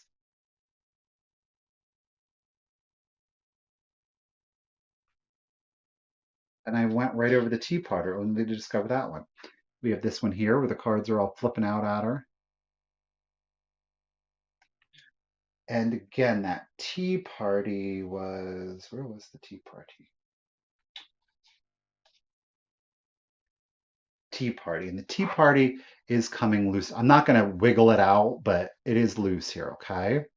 All right, Lizzie's in it at 75. Lady, I appreciate it. Let's go ahead and do the countdown for you. So here we go. 15, 14, 13, 12, 11, 10, 9, 8, 7, 6, 5, 4, 3, 2, 1, and a bid end. I mean, use the Alice and the Wizard of Oz. That's where they're at. Lizzie got your just in case of 125. There is our teapot bid end. Thank you, Ruthie B. Lizzie, lady, congratulations and thank you. You are getting an absolutely amazing and super collectible book at $75, lady. Congratulations and thank you. It is coming to, oh, it's coming with Omotomo Gato, Mr. Robot. Girl, you got some of my best stuff today. Get it. You really did. The robot, the book. Now, you didn't get the Chalkware lady because she was, but all right. Let's go ahead. I know some of you are like, okay, Michael, where's the rest of the glass? Let's go ahead and do a piece of glass here for you. We've got an absolutely beautiful piece of Fenton glass. Pull this out. Now, this one is stamped. It is in a beautiful a blue stretch glass. Let me see if I can get you the Fenton mark is a little muddled, but it is right here. Wait a minute.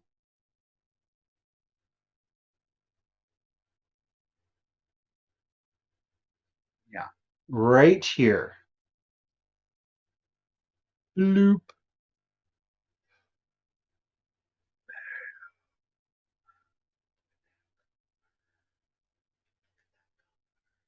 It's a fan base. It is.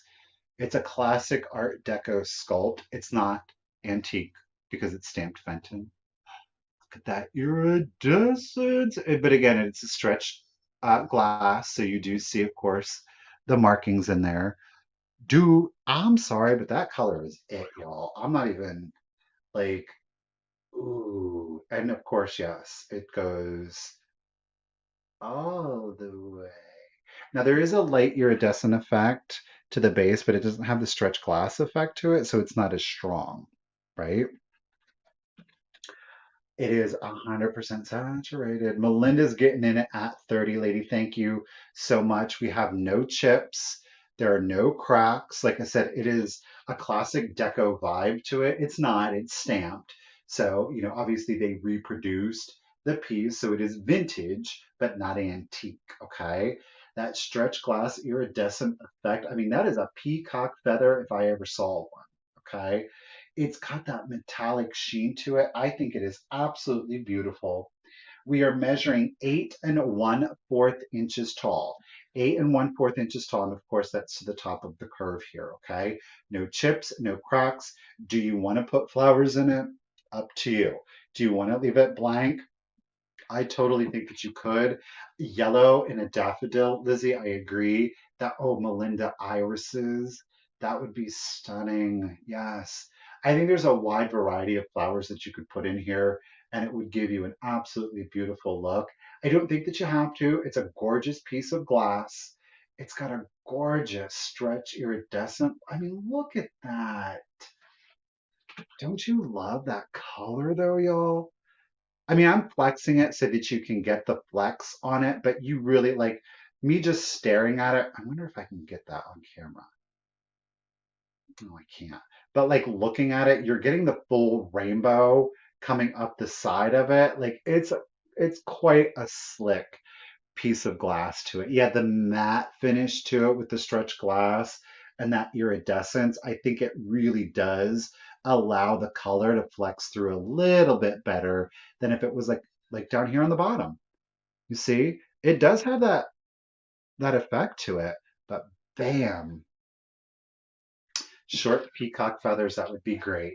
Lizzie's decided to get on the action too at 35. Ladies, again, thank you for the bids. It is a stamped piece of Fenton.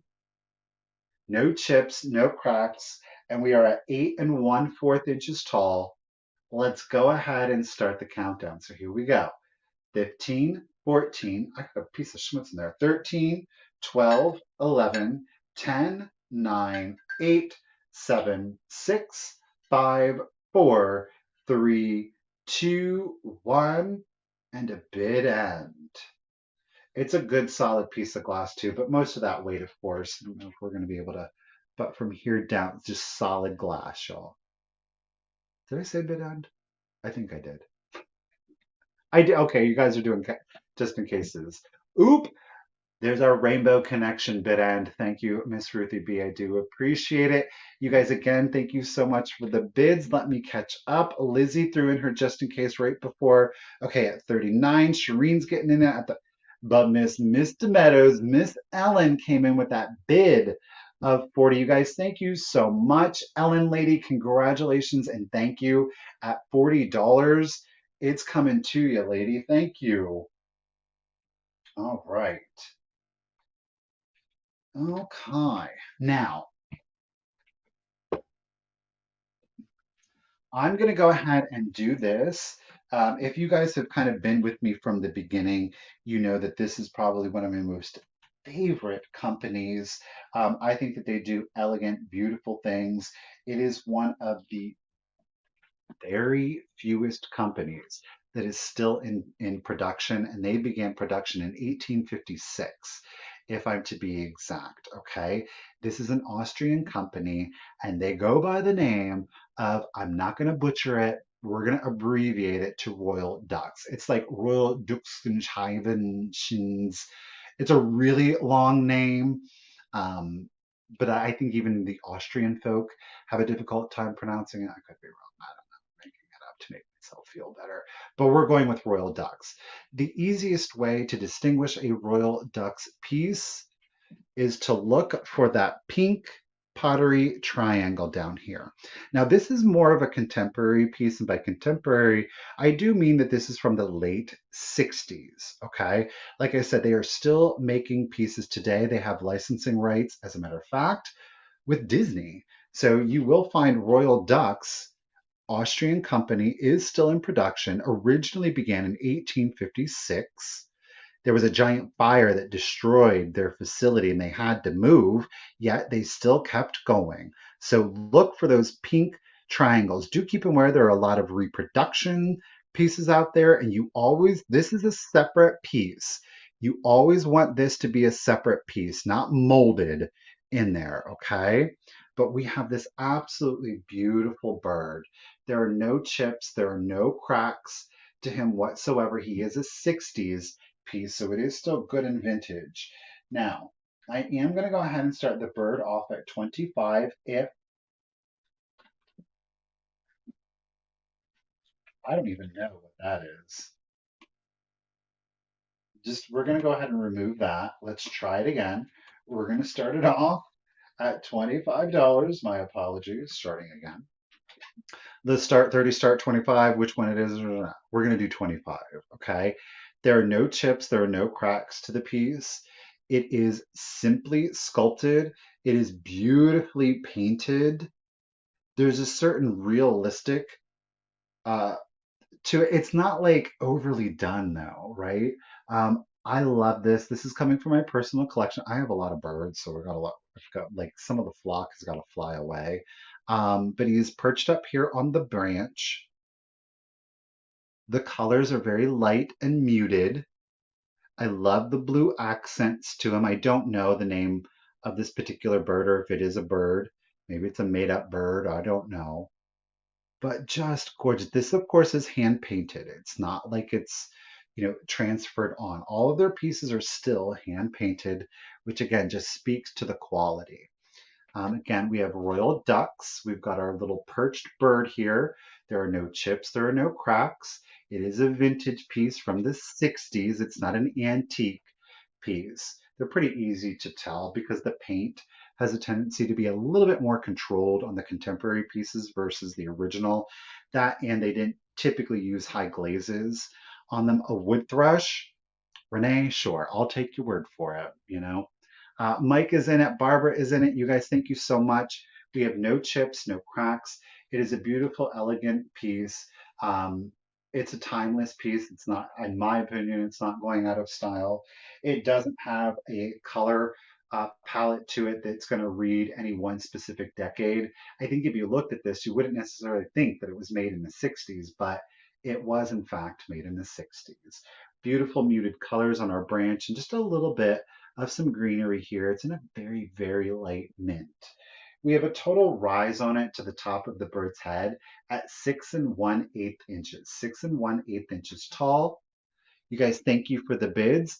And I'm going to go ahead and start the countdown for you. But again, royal ducks, always look for the pink triangle. That is a separate piece. It's fired on. It's sculpted, stamped, and fired on. This one has the stamp. So again, an easy indicator of the time. Royal ducks, really easy to identify with the marks that they left. But not all pieces are marked that are royal ducks. Not all pieces have the pink triangle, especially some of the very earliest pieces do not have any identifier on it. Okay, let's go ahead and do the countdown. So here we go.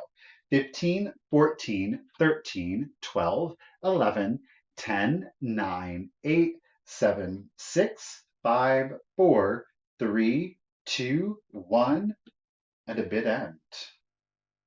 Barbara, I got your just in case of 40. Thank you, lady.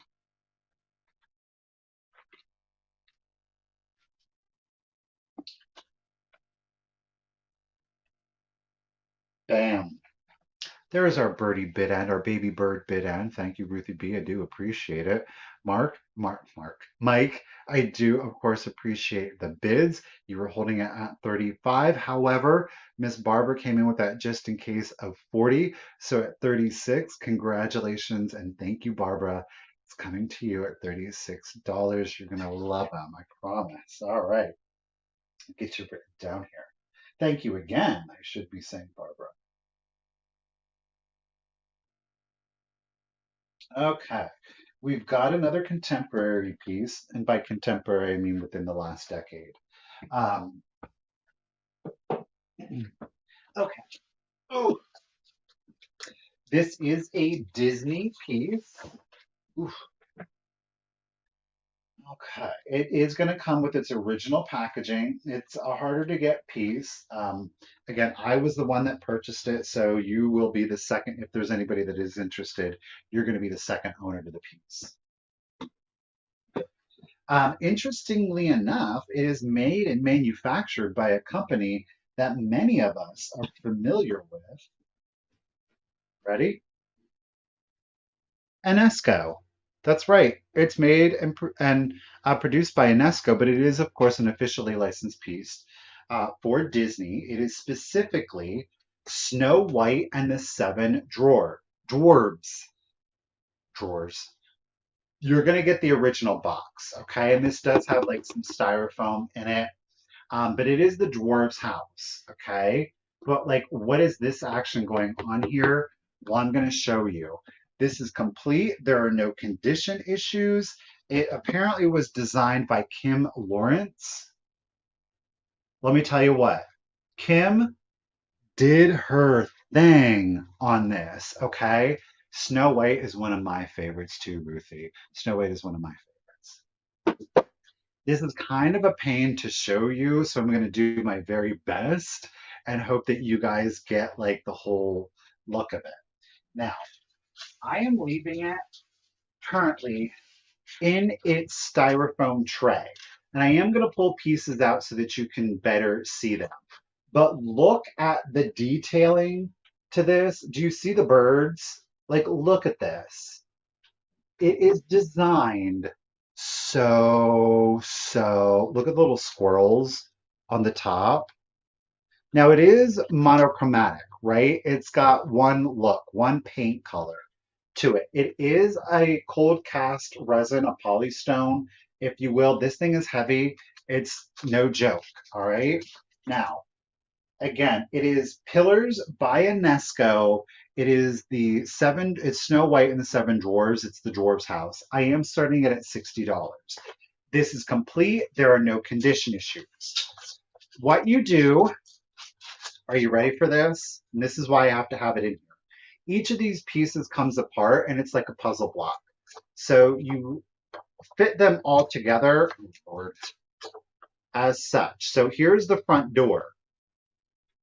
Okay. But check it out. Sculpted on the interior, there's little Bashful. Sculpted on the other side, we have some of the woodland friends. Okay. Now, if you look inside, you're going to see that every piece is like that. That is the interior of two of the other blocks. Okay. So then what we do is we can remove this piece. I really hope. All right. And there you're seeing that. But wait, there's more. It's the one, the only, the evil queen. Look at how beautiful that is. Okay. So again, if you have a friend, you have a family member who is a Disney fan, I need to set this down because I'm afraid it's going to go unbalanced. I'm going to drop it. Okay. So, and the other thing is that has to go in the box exactly. So then we've got, the side piece here. Look at with the plant, and this is all 3D on this. But the interior to it, you've got happy and you've got grumpy. It's so cute. Again, this is, who is it? Does that go there?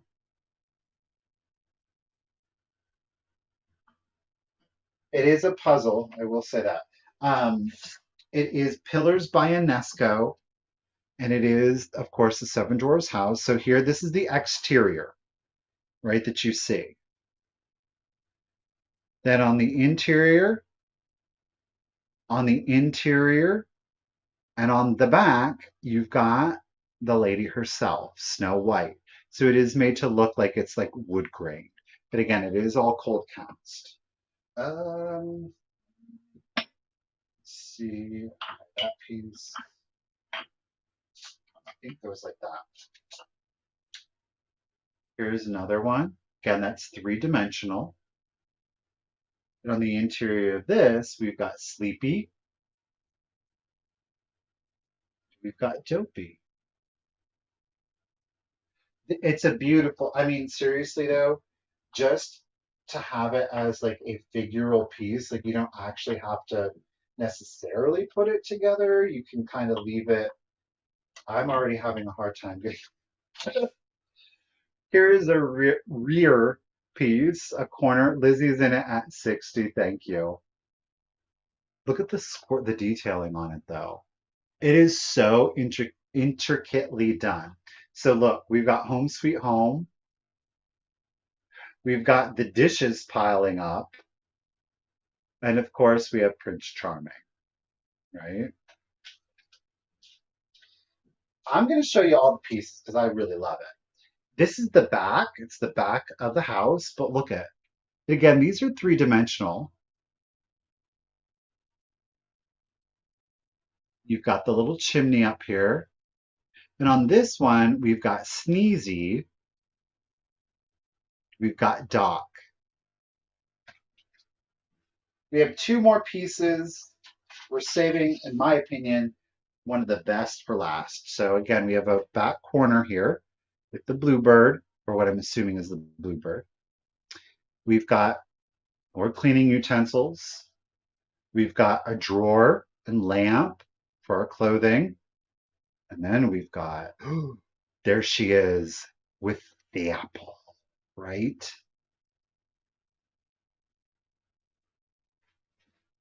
It could be the precursor to Chip and Dale. Those are squirrels, though, not chipmunks. Now, you do have this center block. So the two bluebirds are sitting in the center block, okay? And this center block has got the story of Snow White on it. I'm hiding that one because I'm right. So it is four-sided, and you have a synopsis, of course, of Snow White. But then in the middle on the back, look, it's the magic mirror. Isn't that wonderful? I love this set. I think it's cute. It's whimsical. It's a great piece.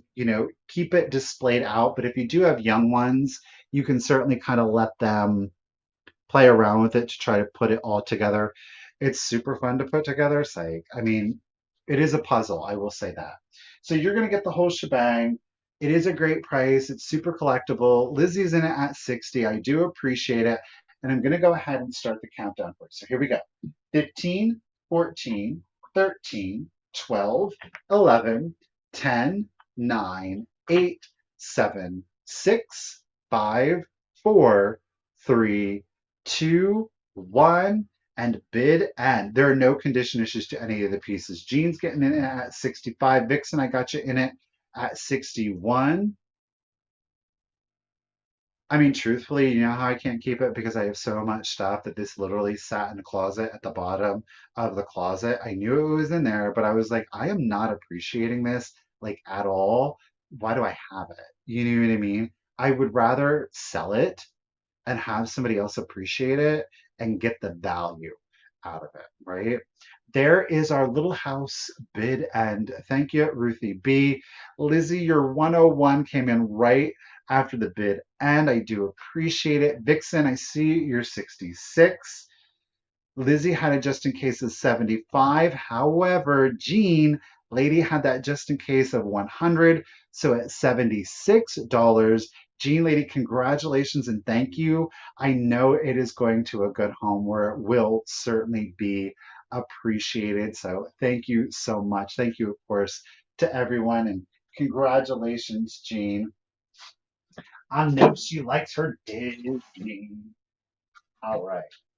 And then the nice thing about that is that each and every single one of those pieces come in like a little vinyl bag. So they all get and then put back together in the styrofoam. So it's a really easy ship item. So Jean lady, congratulations and thank you again. It's coming to you. All right.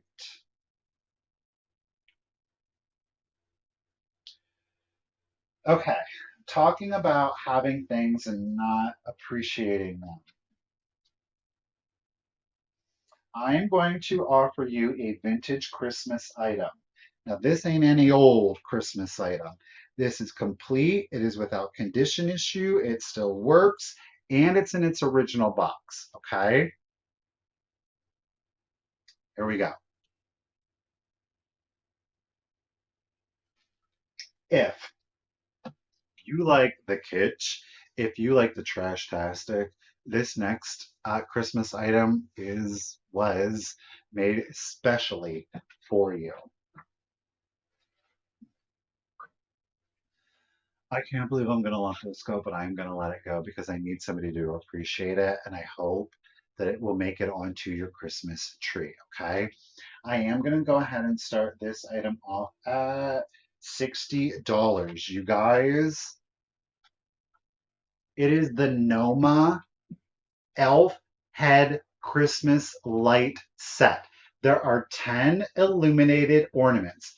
They're basically light covers that you're seeing. There is a condition issue to the box. This flap, this part is quite obviously missing, okay? But it is still in its original box. These do, in fact, still work. Let me take off the cover. They still have, listen, it still has the replacement bulb, okay? It still has the safety tag on it, okay? These have never been used. They are in excellent condition. So you were getting 10 of the Noma illuminated ornaments, otherwise known as light covers.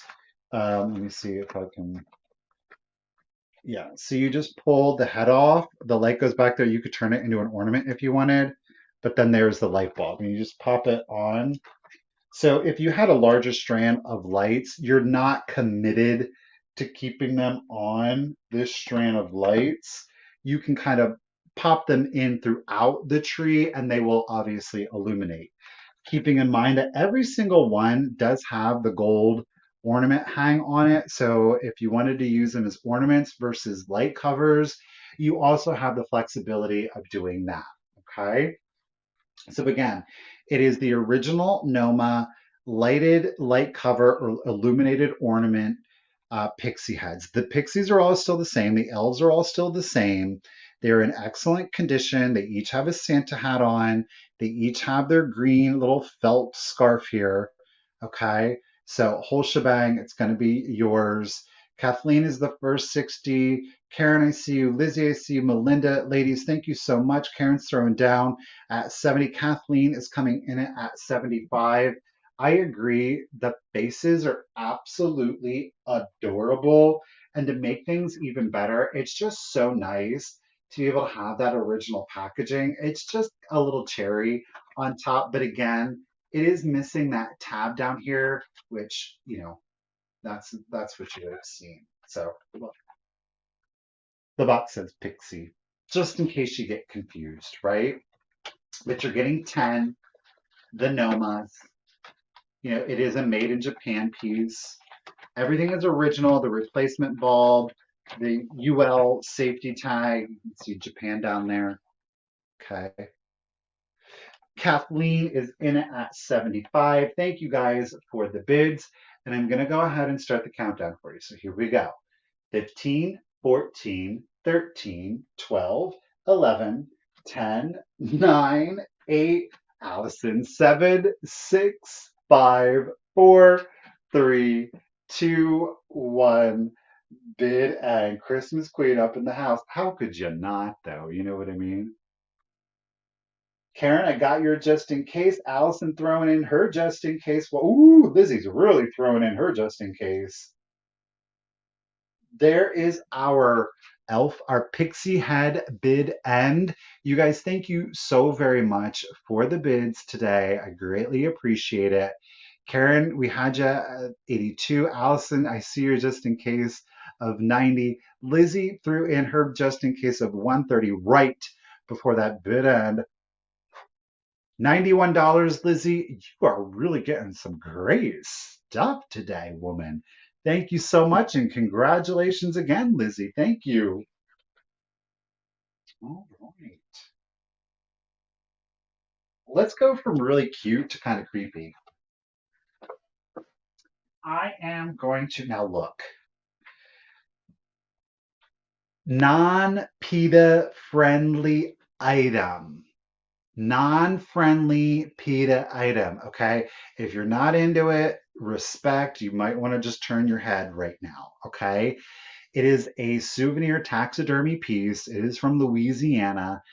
It is vintage, I know because I purchased it. It is specifically purchased from Slidell, Louisiana, out of the Honey Island swamps. You see where we're going with this? So, non PETA friendly item. It is a taxidermy souvenir piece. It is, in fact, a gator head. Okay. These are marbles that they put in for the eyes. Okay. Look, you may be tempted to want to give this to a youngster in your life. Depending on how old they are, I would kind of advise against it. These teeth are real. And when I say these teeth are sharp, I mean they are razor sharp. Okay. They are exceptionally pointy. They are very sharp. You just got to be careful if you do decide you want to give this to a kid because they're kind of fascinated with it. Um, True tea on this, they are farmed. They are farmed for their meat. They are farmed for their leather. That's just the bottom line. It is an industry, okay?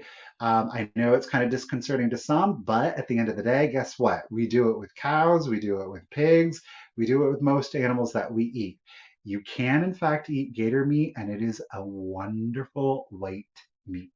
It really true. It is the chicken of the swamp. If you haven't tried it, don't knock it till you have. There ain't nothing like a good gator nugget. I said it. It's real good.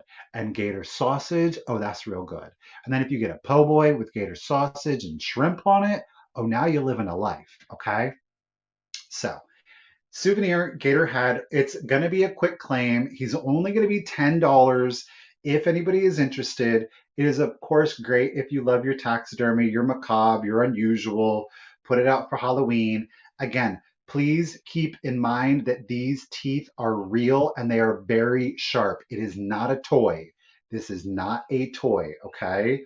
It'll be $10 if anybody is interested. It's the going rate on gator heads, okay? $10 if you're interested. Put in number 22. Number 22. Oh my God, that's amazing. Yes. Put your pens in there, put something in there that you don't want anybody to touch, and let them try to get it out of there. They'll be like, ouch, that's a whole new kind of sharp. Tammy Dubay is the first 22 that I am seeing. Thank you to everyone. Tammy lady, congratulations and thank you. Remember, it's out of Louisiana, Slide out of Louisiana, Honey Island Swamp Tours. Thanks. Let me get you written down, Tammy.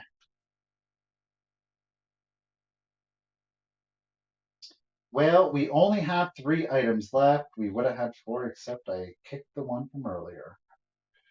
All right.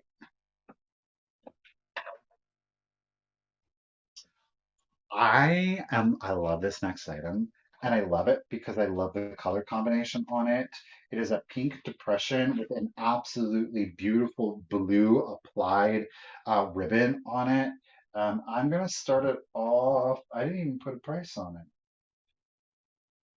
Okay, we're gonna start this one off at $20. There are no condition issues. Now, when I had found this piece originally, again, a pink colored depression glass, this blue, this entire ribbing, and it goes all the way around. It is one continuous piece of glass. You can see it taper off. I don't know where it begins though.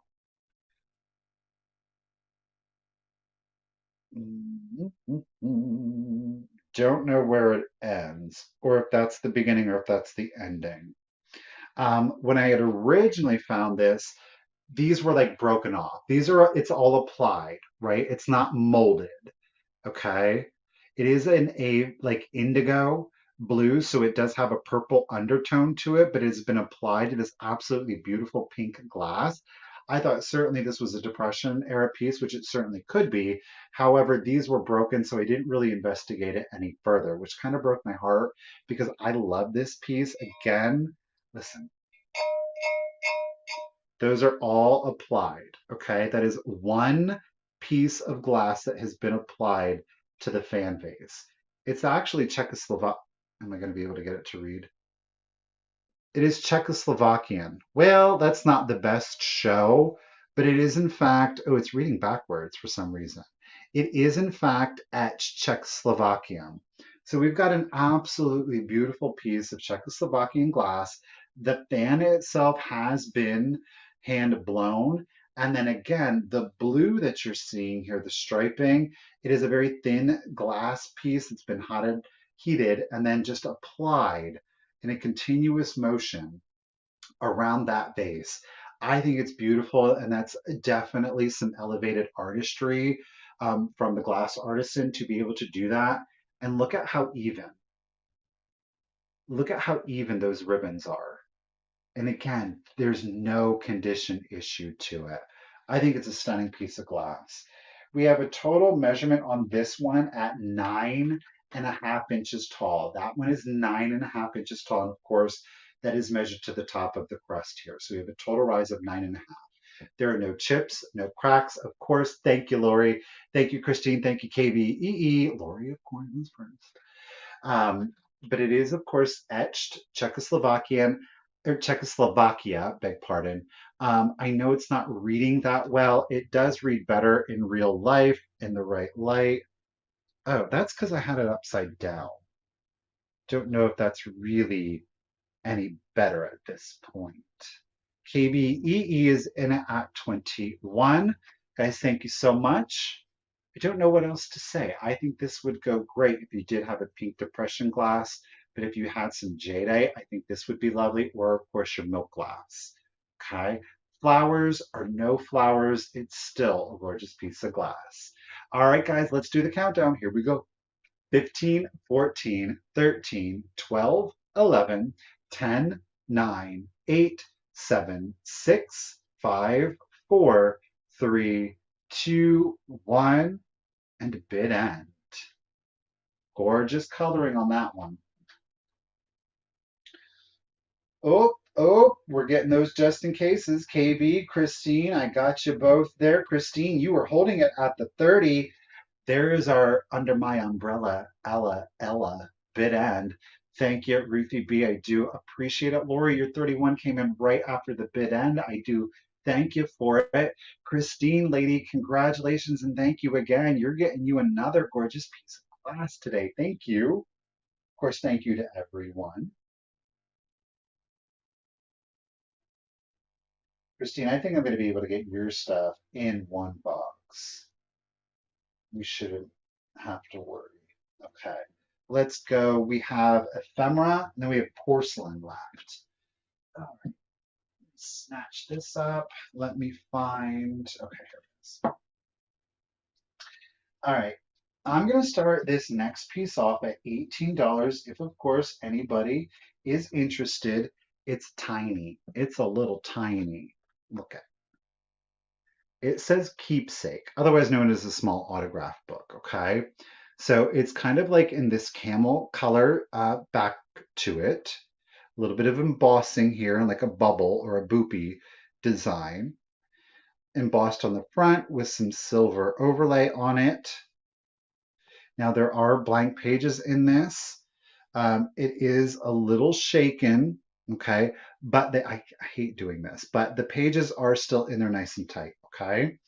The autographs range in date from what I could see as early as 1882, but then I did see a signature from 1895. So again, they kind of really run the gamut. 1883 on that one. The mill will never grind with the water that has passed.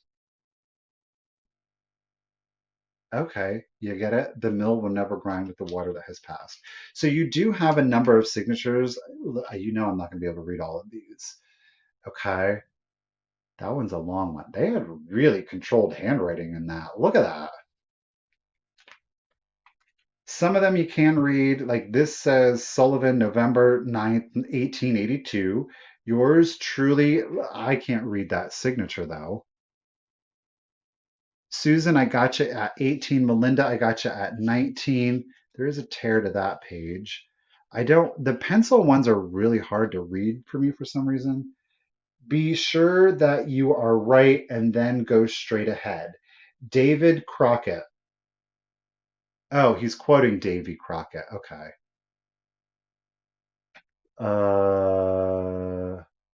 Be gentle, be good, and peace shall be thy resting place. Something March 31st, 1889. So again, there are signatures in here. I did not count how many signatures. Here we have one from February 6th of 1888. So again, signatures really run, or the dates, I guess I should say, the dates really kind of like run the gamut. I love these little ones. Overall, good antique condition. We do have blank pages in there. Somebody scribbled rude. Back to the signatures here. I can get in there. For whatever reason, they signed like the back of the book, right? It is a time capsule. The dimensions on this one, we are 4 inches long, 4 inches long, and we have a diameter, or pardon me, a width of 2 3/4 inches. 2 3/4 inches. It's just cute and adorable. So we've got Melinda is holding it down at 19. Ladies, thank you for the bids. And I'm going to go ahead and start the countdown. So here we go. 15, 14, 13, 12, 11, 10, 9, 8, 7, 6, 5, 4, 3, 2, 1, and a bid at 1884. That's that 1889. There's Davy, no bids. Vixen's coming in at 22. Susan, I've got your just in case at 28. Bam, there's our book bid end, our paper pen bid end. Thank you, Ruthie Berry. So Vixen, you threw down that bid of 22. I do appreciate it. However, Miss Susan Lynn, with that just in case of 28, lady, congratulations and thank you. At 23, you're getting your mini keepsake, otherwise known as autograph book, coming to you. Thank you, lady. I love it too. Okay, guys, it's the last item. And I think this is This is the first time that I have offered this specific manufacturer. It isn't, let's talk about this because sometimes it gets a little confused to see exactly what's going on. There was a distributing company um, a, called Ernst Wallace. A lot of people will think that Ernst Wallace was a manufacturer. Ernst Wallace was not a manufacturer. Ernst Wallace was an importer, exporter, to be further clear. So a lot of the US items that we would get in, you would have specialty houses, you would have importers that would purchase things from specific countries and export those for US consumers. Ernst Wallace was one of the most well-known and respected. He dealt in very high-end things. So things that he was importing had a lot of detail. They were of value, if you will, desirability. They were made to go into more wealthy or to do people of means homes. Okay. This one is clearly stamped. Okay. A lot of times, see how it says made in Austria, Vienna? The EW is Ernst Wallace, or Turnteplitz is another example. Some people think Turnteplitz was a manufacturer, it was an importer exporter, just as Ernst Wallace was. Okay. So we do have this stamp on this one. The stamp varies. Sometimes it's an incised mark, sometimes it's black, brown, red, green. There's a wide variety. This is a small example of an Ernst Wallace. It is, of course, an Austrian imported by Ernst Wallace. But here we have got a mint green, lightly lustered, applied white rose, as well as a bud. Now, on the back, we are also seeing some leaves. Keep in mind that the leaves and the roses are in a matte glaze, so they were not protected. It was almost like a cold paint, if you will. So the paint has worn on the back of these two leaves, okay? There is a very small chip. You see the bud here, right here to the bud protecting. You see how it extends or should extend? It does not. Okay, so that is your condition issue. The flower itself, there are some flea bites right here, but because of that organic sculpt, it's not distracting. Okay, now I am going to start this piece off at $25. All right, they're hard to get. It is mid-late 1800s, okay, again, imported through the Ernst Wallace Company out of Vienna, Austria. A light green mint luster glaze vase. We are double-handed, of course, obviously very Art Nouveau in its look. We have, of course, our applied flowers, more so on the front. We do have some leaves on the back, paint loss, and there is some small chips. Okay. It is an absolutely stunning piece, kind of Victorian era decor. KBEE, oops, sorry, is in it at 25. It is a smaller piece. It's a good entry level piece to kind of look at the artistry of it all. It is 4 1/4 inches tall, 4 1/4 inches tall. And these are very hard to get just simply by virtue of them obviously breaking easily, their age. This is porcelain, by the way. It's not ceramic or pottery. A lot of times, a lot of the early Austrian pottery, they used a very porous kind of ceramic, and you almost feels like sand. You can tell the difference on those. So a very high-end bougie piece here, y'all.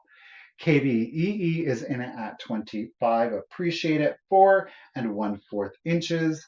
And I'm going to go ahead and start the countdown for you. Here we go. 15, 14, 13, 12, 11, 10, 9, 8, 7, 6, 5, 4, 3, oops, 2, 1, and bid end. So just look for those EWs. It doesn't always say Vienna and it won't always say Austria because he did import from other countries, but do look for that EW and it can come in a variety of different stamps, okay? There's our rosebud bid end. I do appreciate it, Ruthie. Vixen tried to come in. She tried to pew pew up at KBEE, threw in that just in case, just to be safe. Vixen, thank you for the bid. Congratulations and thank you again, KB It's coming to you, lady, at $28. I do appreciate it. Alrighty. Well, guys, that was our last item of the sale. I want to first say thank you to, of course, everyone for being here with me today. I hope that you saw some beautiful things. Maybe you got a few laughs. You got to engage in the chat. It is an honor and a privilege to be able to provide any of that for you out there. I want to most especially leave a huge shout out to Miss Ruthie B. A huge round of applause out there, Ruthie, for taking time out of your day and to help me on this sale. It really does mean a great deal to me, and you really, truly do. You kill it every single time. You're always on point. I greatly appreciate it, Ruthie. Thank you so much. Thank you, everyone, again, for all of the ways in which you participated in today's sale. And yes, most especially for anybody out there that was able to make a purchase today. It is a small business. I got to sell the stuff to pay the bills. I certainly appreciate it, but do know that there is never any one way that is ever too small. Whether you have subscribed, liked, comment, shared, you were here in the chat, all of those ways add up into my ability to be up here on camera and to do this for a living. So thank you so much. Donna is off to bed. She's got to work tonight. Again, lady, thank you for your service. Thank you, everyone, for being here today. Keep in mind that I will be back next Tuesday with Misty for our weekly Tuesday sale, and that is on YouTube Live on Thrifter Junker Vintage Hunter, 1 p.m. Eastern, 10 a.m. Pacific. I hope that you all have a wonderful weekend. Be safe. Um, just if you're out there in the smoke, wear your mask, do the best you can. I hope that you all have a wonderful weekend, and I will see you guys next Tuesday, 1 p.m. Thank you, everyone. Don't forget to send out, thank you, Nellie. Don't forget to send out your contact information if you're a new buyer or a buyer that hasn't been with me in a while. I will be doing invoicing. KBEE says, bye, Richard, and bye, Mom. Thank you. Um, don't forget to send out that information. I will be doing invoicing tonight. If you do not hear back from me tomorrow by 10 a.m., I don't have your contact information. So when in doubt, send it out. You guys have a great one, and thank you again for being here, and I'll see you next Tuesday. Bye, guys. Let's see if the